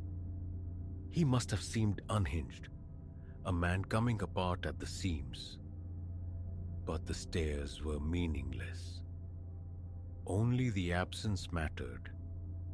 The terrifying silence where her skipping feet should have been. He stumbled toward a uniformed security officer stationed near the food court's neon glow, words catching in his throat. "My daughter," he gasped, the phrase splintering. "She's gone." The officer's response was measured, professional calm, a stark contrast to Arthur's fraying nerves. Age, name, clothing. The questions hammered at him as he struggled to form coherent answers, his mind projecting images of Clara, lost, frightened, calling for him. The crackle of the officer's radio, a brief report slicing through the mall's drone, an assurance to remain calm, an instruction to wait. Wait. The word itself felt like a physical blow, rendering him static, useless, while every instinct screamed to run, to search, to tear the building apart. Time warped, stretching minutes into agonizing eternities. He paced, a caged animal, gnawing at his thumbnail, eyes fixed on the converging pathways, praying for the impossible vision of a small figure in yellow running toward him. Silence answered, then the jarring summons of his phone, an unfamiliar number blazing on the screen. Hope surged. Security, a helpful stranger? He answered, a tremor in his hand. The voice that met him, however, was not help, it was ice. "Arthur?" Smooth, almost gentle, a man's voice unnervingly level. "Who is this?" The demand was brittle, fragile. "That's not important right now," the voice replied, unperturbed. "What matters is that I have Clara." Nausea clawed its way up his throat. The floor seemed to tilt. "What? Where is she? I need to speak to her." A low chuckle drifted through the line, a sound utterly devoid of humor. "She's quite safe, for the moment, but her continued well-being depends entirely on your cooperation." Disbelief warred with terror. His thoughts scattered like thrown leaves. His hand clenched the phone, knuckles white. Nearby, the security guard watched, concern etched on his face. But Arthur couldn't speak, couldn't signal, trapped. What do you want?" he managed, the words barely audible. "Simplicity itself," the voice assured him. "Proceed to the east exit service door. Immediately. Come alone. And Arthur, no mistakes." The line went dead, leaving only a dial tone humming against his ear. Frozen for a heartbeat, the command echoing in the sudden silence. His daughter, somewhere unseen, held captive by that chillingly calm voice. Thought fragmented, replaced by raw imperative. He had to go. Ignoring the guard's questioning call, he turned, moving toward the east exit, propelled by a fear so profound it eclipsed reason. Each step resonated with dread, anger, and a primal desperation he'd never known existed. He found the door, heavy grey steel, leading to the mall's less glamorous underbelly. Pushing it open, he stepped into the cool embrace of the evening air. The service alley stretched before him, dimly lit by sodium lamps, flanked by dumpsters and the quiet hum of ventilation units. His phone vibrated again. The same number. "Well done," the voice approved. "Observe the black SUV at the alley's end. Get inside." His eyes found it, idling silently a short distance away, dark windows reflecting the meager light. His legs felt weighted, reluctant, but he forced them forward. Reaching for the rear door handle, breath held tight, expecting sudden movement, violence. Nothing. The interior was empty. He slid onto the seat, the scent of artificial air freshener, thick and cloying. The door clicked shut, locks engaging with unnerving finality. "Drive," the voice commanded through the phone. "Where am I going?" he asked, striving for a steadiness he didn't feel. "Patience," the voice soothed, maddeningly serene. "Just follow my directions." He drove, hands strangling the steering wheel. The voice guided him, a disembodied navigator leading him through a maze of arterial roads, then onto quieter streets, bleeding out from the city's familiar grid. The landscape darkened, suburban lights giving way to the dense shoulders of woodland pressing close to the road. Streetlights vanished, leaving only the twin beams of the headlights carving a tunnel through the oppressive night. Finally, the instruction came. Pull over beside a skeletal structure, an abandoned warehouse looming against the starless sky, its windows like vacant eyes. He killed the engine, the silence amplifying the frantic thrumming in his ears. He scanned the desolate surroundings. Nothing moved. "Exit the vehicle," the voice instructed. "Leave the phone." A flicker of resistance, instantly extinguished by the image of Clara's face. He placed the phone on the passenger seat, stepped out into the biting air. A solitary figure in the vast, uncaring darkness. He searched the shadows, ears straining, then movement. A figure detached itself from the deeper blackness near the warehouse wall. Tall, shrouded in a hooded garment that obscured any features, it advanced with deliberate slowness. Hands plunged deep into pockets. Arthur's heart hammered against his ribs with each approaching step. "My daughter, where is she?" His voice was a ragged whisper. The figure halted several feet away, head tilting slightly. "Safe," it confirmed, the word laced with an undeniable enjoyment of the power dynamics at play. "You'll see her after you perform a small task for me." Arthur's fists clenched, a useless gesture against the tide of helplessness. "What task?" A smile, unseen but palpable in the tone, slow and sharp. "There's a duffel bag on the back seat of the SUV," the figure said, voice shifting to cold practicality. "Retrieve it." He turned automaton-like, opened the rear door again. The bag lay there, unexpectedly heavy. He hefted it, muscles straining, carried it back to the shadowed figure. "Open it." He obeyed, pulling the zipper. Inside lay bricks of currency, tightly bound stacks, nestled against a smaller, densely wrapped package. The unmistakable shape of contraband. He looked up, questioning. confused.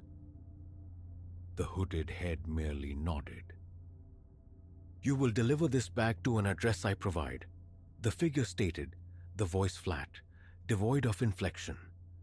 "No police, no deviations, any attempt at heroism, and Clara vanishes permanently."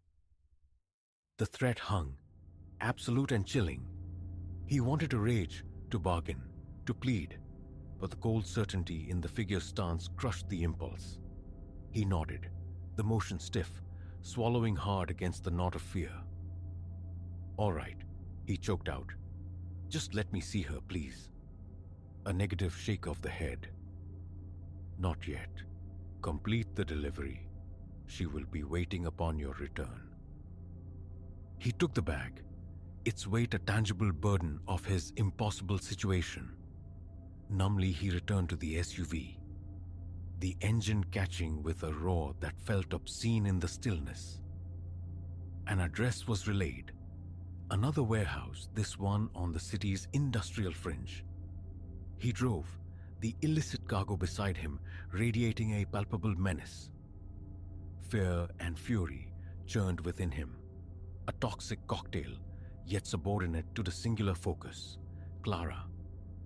Reaching the destination, he followed the final instruction, placing the bag near a designated loading dock door before driving away, refusing the urge to look back. Returning along the darkened road, heart pounding a frantic rhythm against his ribs, he approached the desolate spot where he'd met the figure. And there she was, a small silhouette by the roadside, bathed in the sweep of his headlights. Alive, unharmed, though her small face was pale, eyes wide with residual fear. He slammed the car into park, bursting out, covering the distance between them in 3 desperate strides. He swept her up, crushing her against him, the fierce, fragile reality of her grounding him. She clung tight, burying her face in his shoulder. "Daddy," she whispered, her voice trembling. "Who were those men?" He held her closer, breathing in the scent of her hair, offering no answer, only the silent, desperate promise that he would never, ever let go again.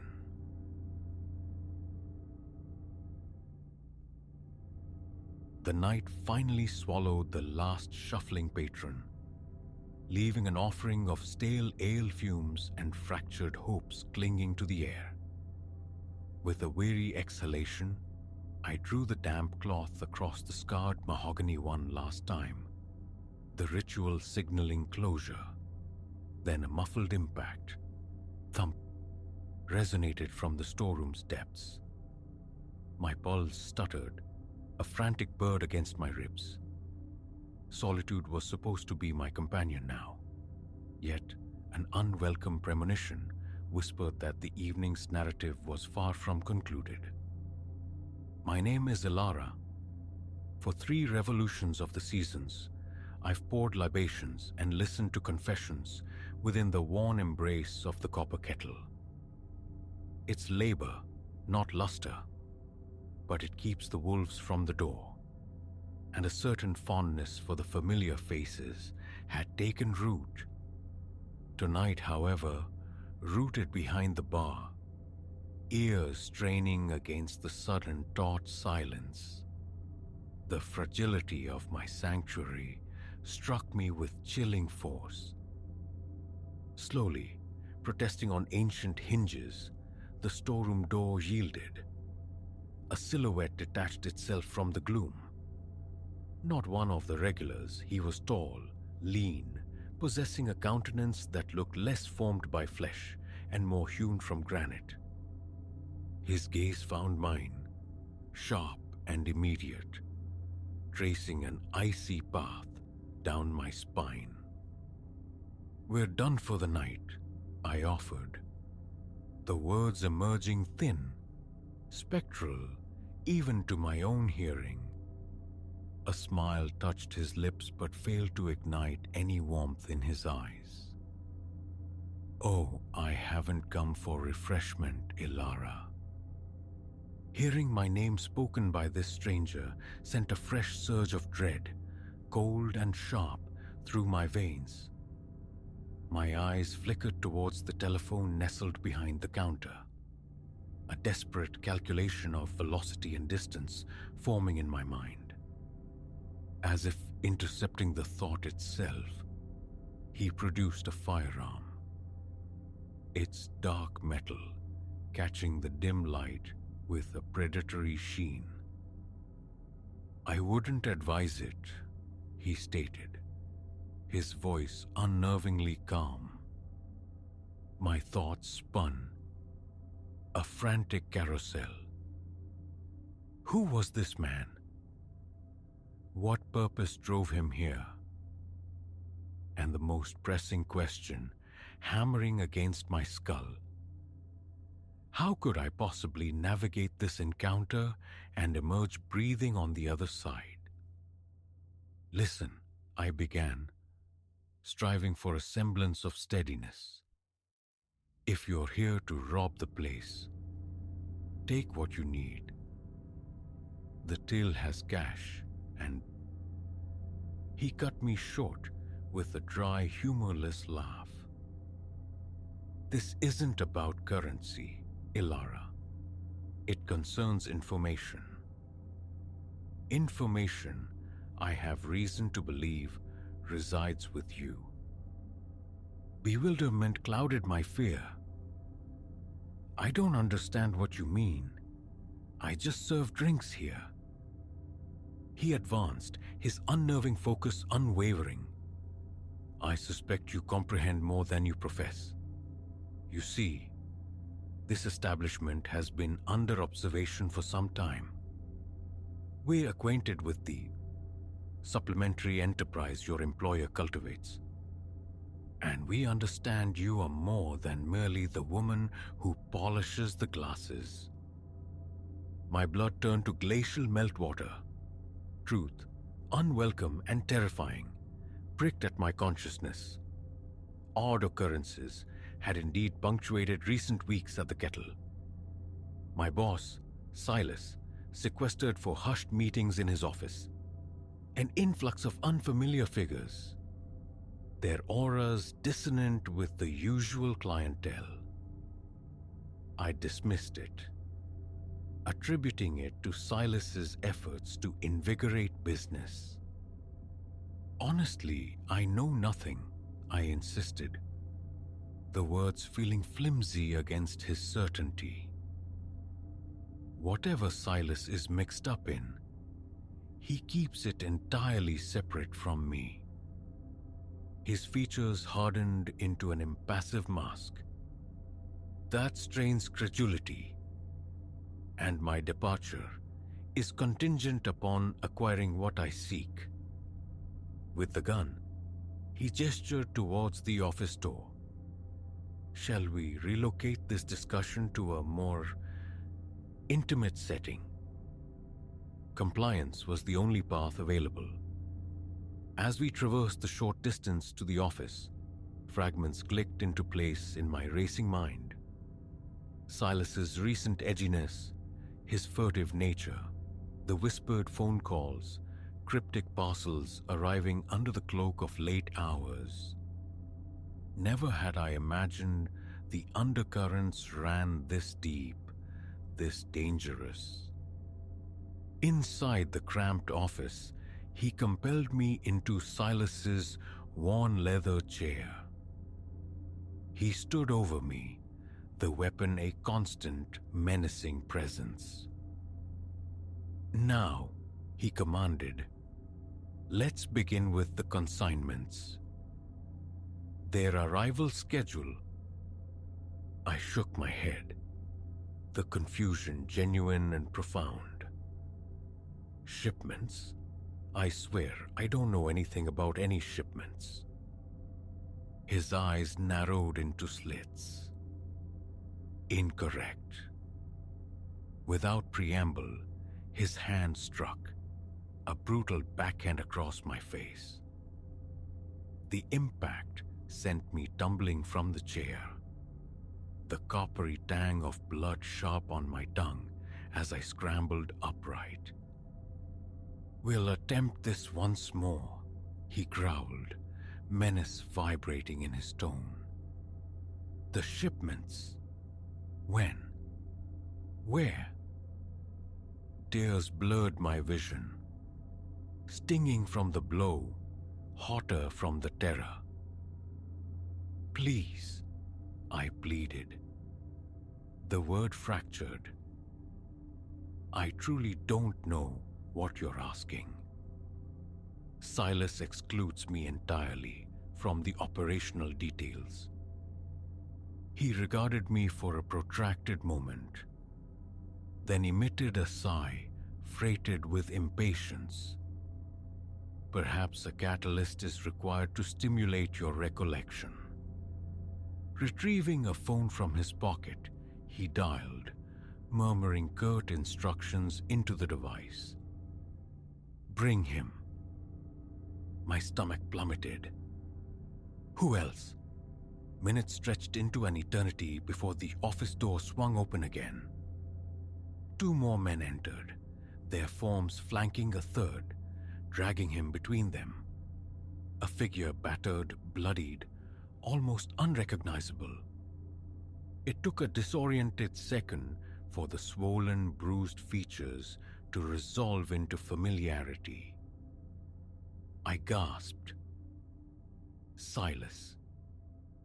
My boss lifted his head, his one undamaged eye finding me. "Ilara," he rasped, his voice thick with pain and regret.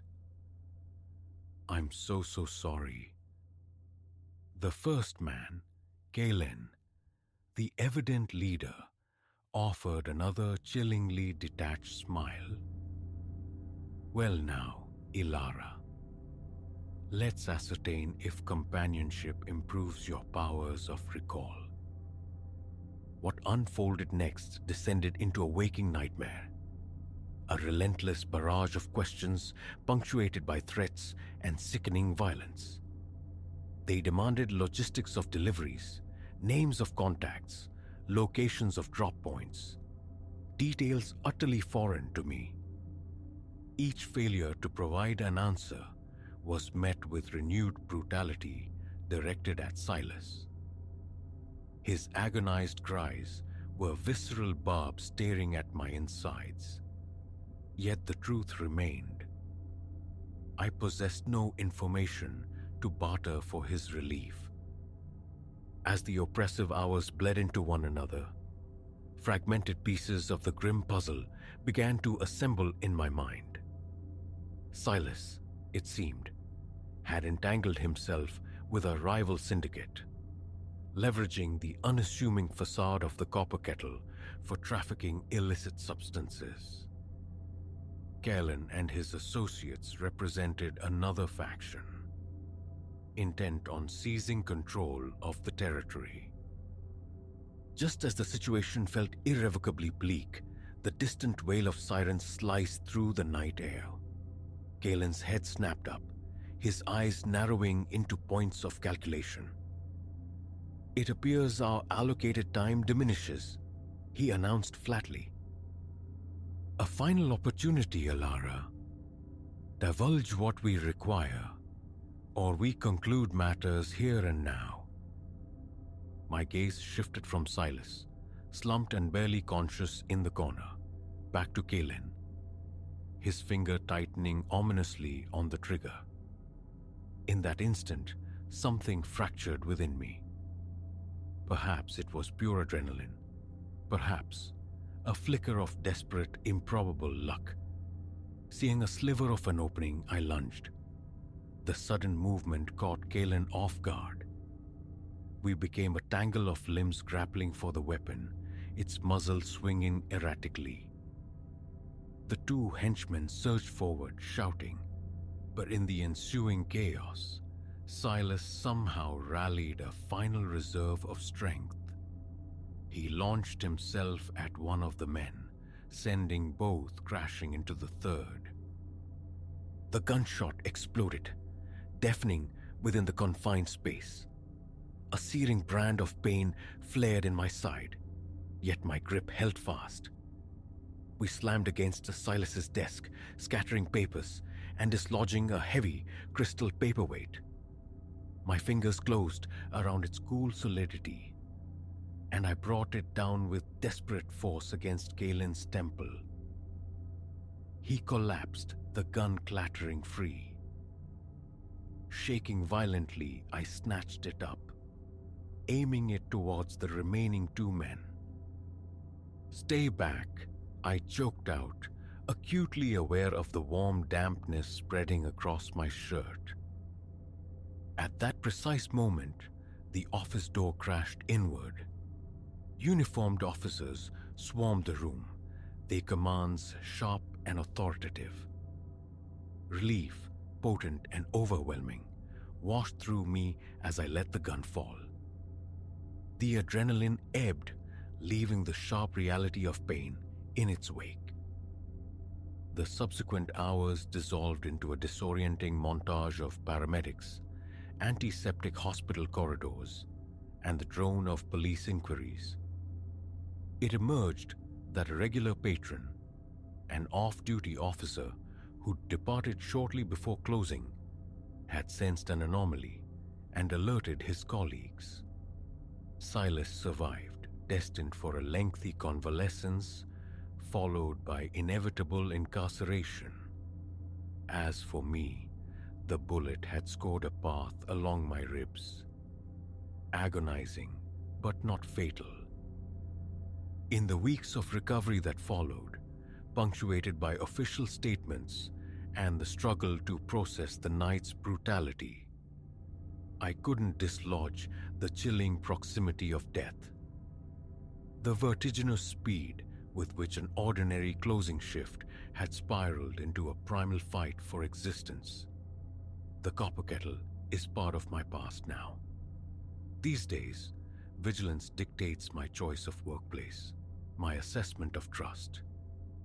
Yet sometimes, swallowed by the late-night quiet, the echo of that gunshot still reverberates.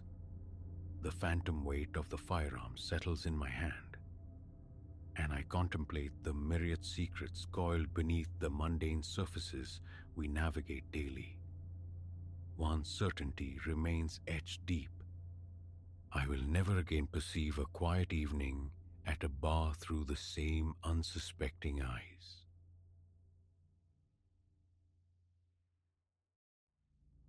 A cruel silver whisper in his grasp. That's when the floor dissolved beneath me.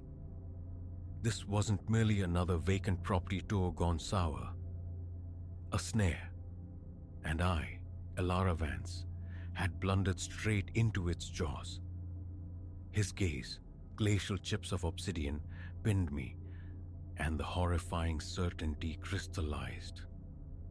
Escape from this hollow shell of a house might be a luxury I wouldn't afford alive. The day had unspooled like countless others in my decade navigating the currents of property sales. A rhythm of listings and lukewarm coffee abruptly fractured. The phone's shrill cry sliced through the late afternoon quiet, just as thoughts of home beckoned. A voice like grinding stones, frayed with impatience, demanded an immediate viewing of a particular listing. Atypical certainly, yet not entirely unprecedented in a market rewarding swiftness. "Tonight's my only window," he rasped, the urgency palpable. That old manor on Sycamore Lane, the sprawling Victorian. I'm exceptionally motivated. I'll ensure your time is amply rewarded. A flicker of doubt, the bruised twilight staining the office glass, the clock ticking past 7, the property itself marooned on the town's frayed edge, notoriously difficult. Yet, the siren song of a substantial commission drowned the murmur of caution. A familiar compromise in this line of work. "Very well," I conceded, the words feeling heavier than usual. "Allow me 30 minutes to get there. Will that suffice?" "Excellent," came the reply, laced with an inflection I couldn't decipher. Something just beneath the surface. I shall await you. The drive unfurled under a sky-bleeding purple into ink. Unease coiled in my gut, tightening with each mile devoured. Sycamore Lane's infamous Victorian had languished on the market, a grand but decaying testament to bygone eras, shunned for its profound solitude and the persistent, unsettling whispers of spectral tenants. Daylight viewings had been sparse. A nocturnal visit felt intrinsically wrong. As the sun finally bled out below the horizon, I arrived. The house reared up, a skeletal silhouette against the fading light, its multitude of windows like vacant sockets staring into the encroaching darkness. A tremor ran through me, involuntary, as I stepped out into the unnerving quiet. Silence. No hum of an engine, no waiting car. My watch confirmed my punctuality. Perhaps he was merely delayed. Keys clutched tight, I positioned myself near the imposing front entrance, the silence amplifying the thrum of my own pulse. 5 minutes stretched into 10, marked only by the frantic pulse in my wrist and the mournful sigh of the wind through ancient trees. Then, a shape detached itself from the deeper ink pool beside the wraparound porch. Tall, swallowed by black fabric, his features lost beneath the concealing brim of a hat. Mr. Thorne? The name, the one he'd offered over the phone, felt alien on my tongue. A curt nod. He drifted closer, emerging into the residual gloom. "Forgive my tardiness," he murmured. "The estate is compelling." I took a moment to appreciate the perimeter. His voice now smoother than the gravelly tone on the phone, almost a silken caress, yet vibrating with a discordant hum that prickled my skin. I wrestled the apprehension down. Business as usual. A manufactured smile stretched my lips as I turned the heavy, ornate key in the lock. Shall we explore? Within, the air hung thick and chill, carrying the scent of dust and decay. Our tread reverberated through spectral rooms, hollow booms swallowed by the profound vacancy. My flashlight carved nervous arcs through the gloom, animating dust motes like frantic microscopic spirits. I launched into the practiced recitation of period details, architectural merits, potential renovations, forcing a buoyancy into my tone that felt brittle and false. Behind me, Silas Thorne drifted, a silent shadow absorbing my words without comment, without query. His presence a heavy counterpoint to the echoing emptiness. His utter passivity was a dissonant note in the symphony of a showing. Yet I rationalized it. The late hour, perhaps travel fatigue, and forged deeper into the house's heart. We ascended to the second floor, the grand staircase groaning under our weight. The master suite awaited, cavernous and still beneath layers of settled dust. I was extolling the virtues of the original, albeit neglected, parquet flooring when the silence behind me became absolute. A sudden cessation of presence. A swift turn, the flashlight beam slicing the stagnant air, finding him. Not beside me, not admiring the view, but by the door. The heavy oak door he'd somehow silently closed, sealing us within the chamber. "Mr. Thorne?" My voice emerged as a thin, quavering thing. "Is something amiss?" A smile bloomed on his face then. A glacial crescent, utterly devoid of warmth. A rictus that seemed to leach the very air from my lungs. "Oh, everything is perfectly aligned, Elara," he purred. the name on his lips a violation. But you labor under a significant misapprehension. Acquisition of this property was never my intent. My pulse hammered against my ribs, a frantic bird trapped in a cage. Then, why? Why bring me here?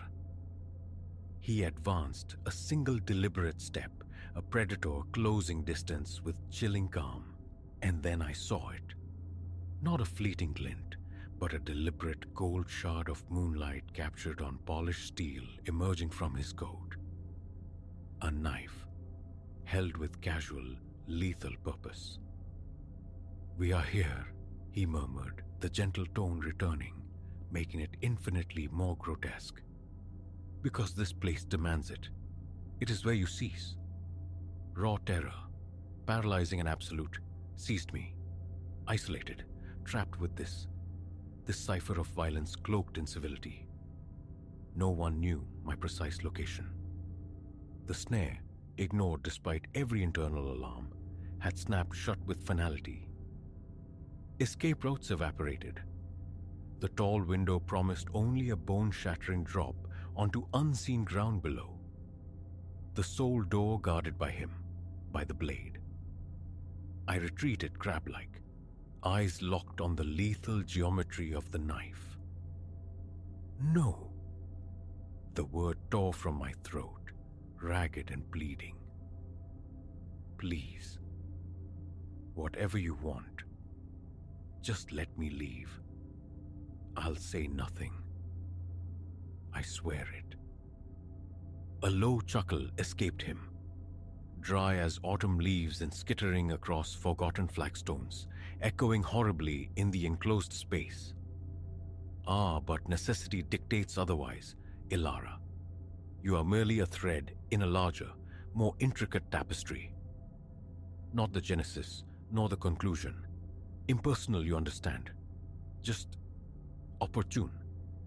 He stalked forward, measuring his steps, relishing the widening fear in my eyes. My retreat ended abruptly against the unyielding cold plaster of the far wall.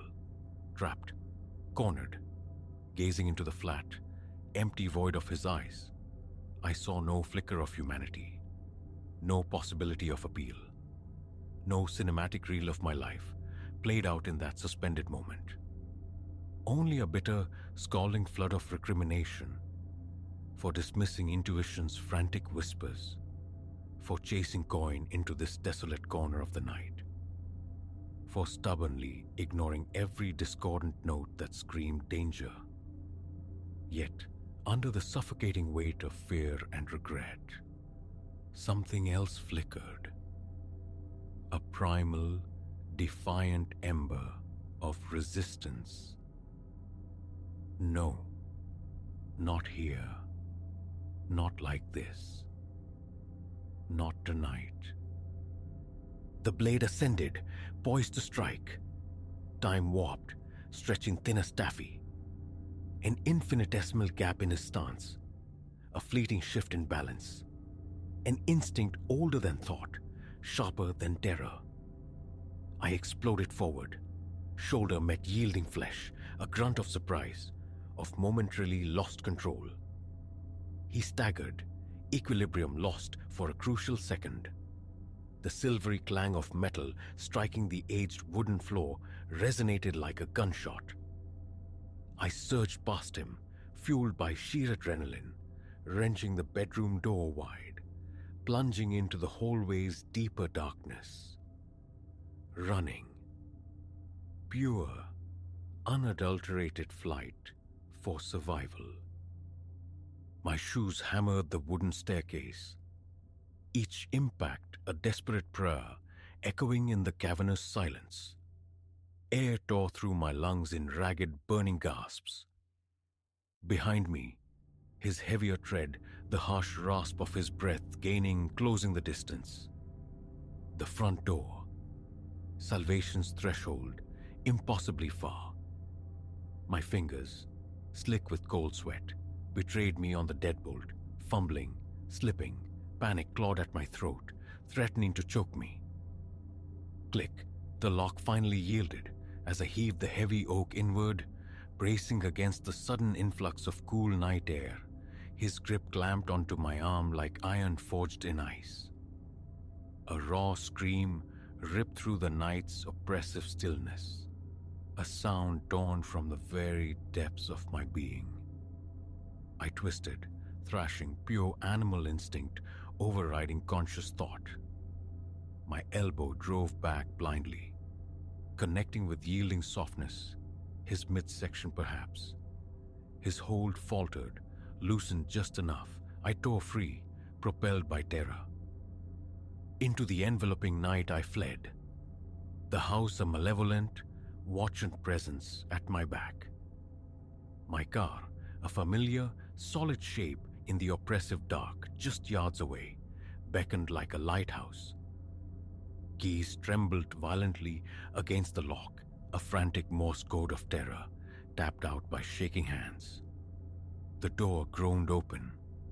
I tumbled inside, slamming it shut, fumbling for the lock button. A fleeting nightmarish glance in the rearview mirror. A silhouette framed in the dim porch light, utterly still, watching my escape. Tires screamed on gravel as I jammed the car into gear and launched it away from that house of horrors, engine roaring defiance into the void. The world outside blurred, unheeded, until the comforting, steady blue lights of the town's police station swam into view through a haze of tears. Only then did the dam break, adrenaline yield into racking sobs, my heart a wild drum against my ribs, pounding out the rhythm of improbable survival.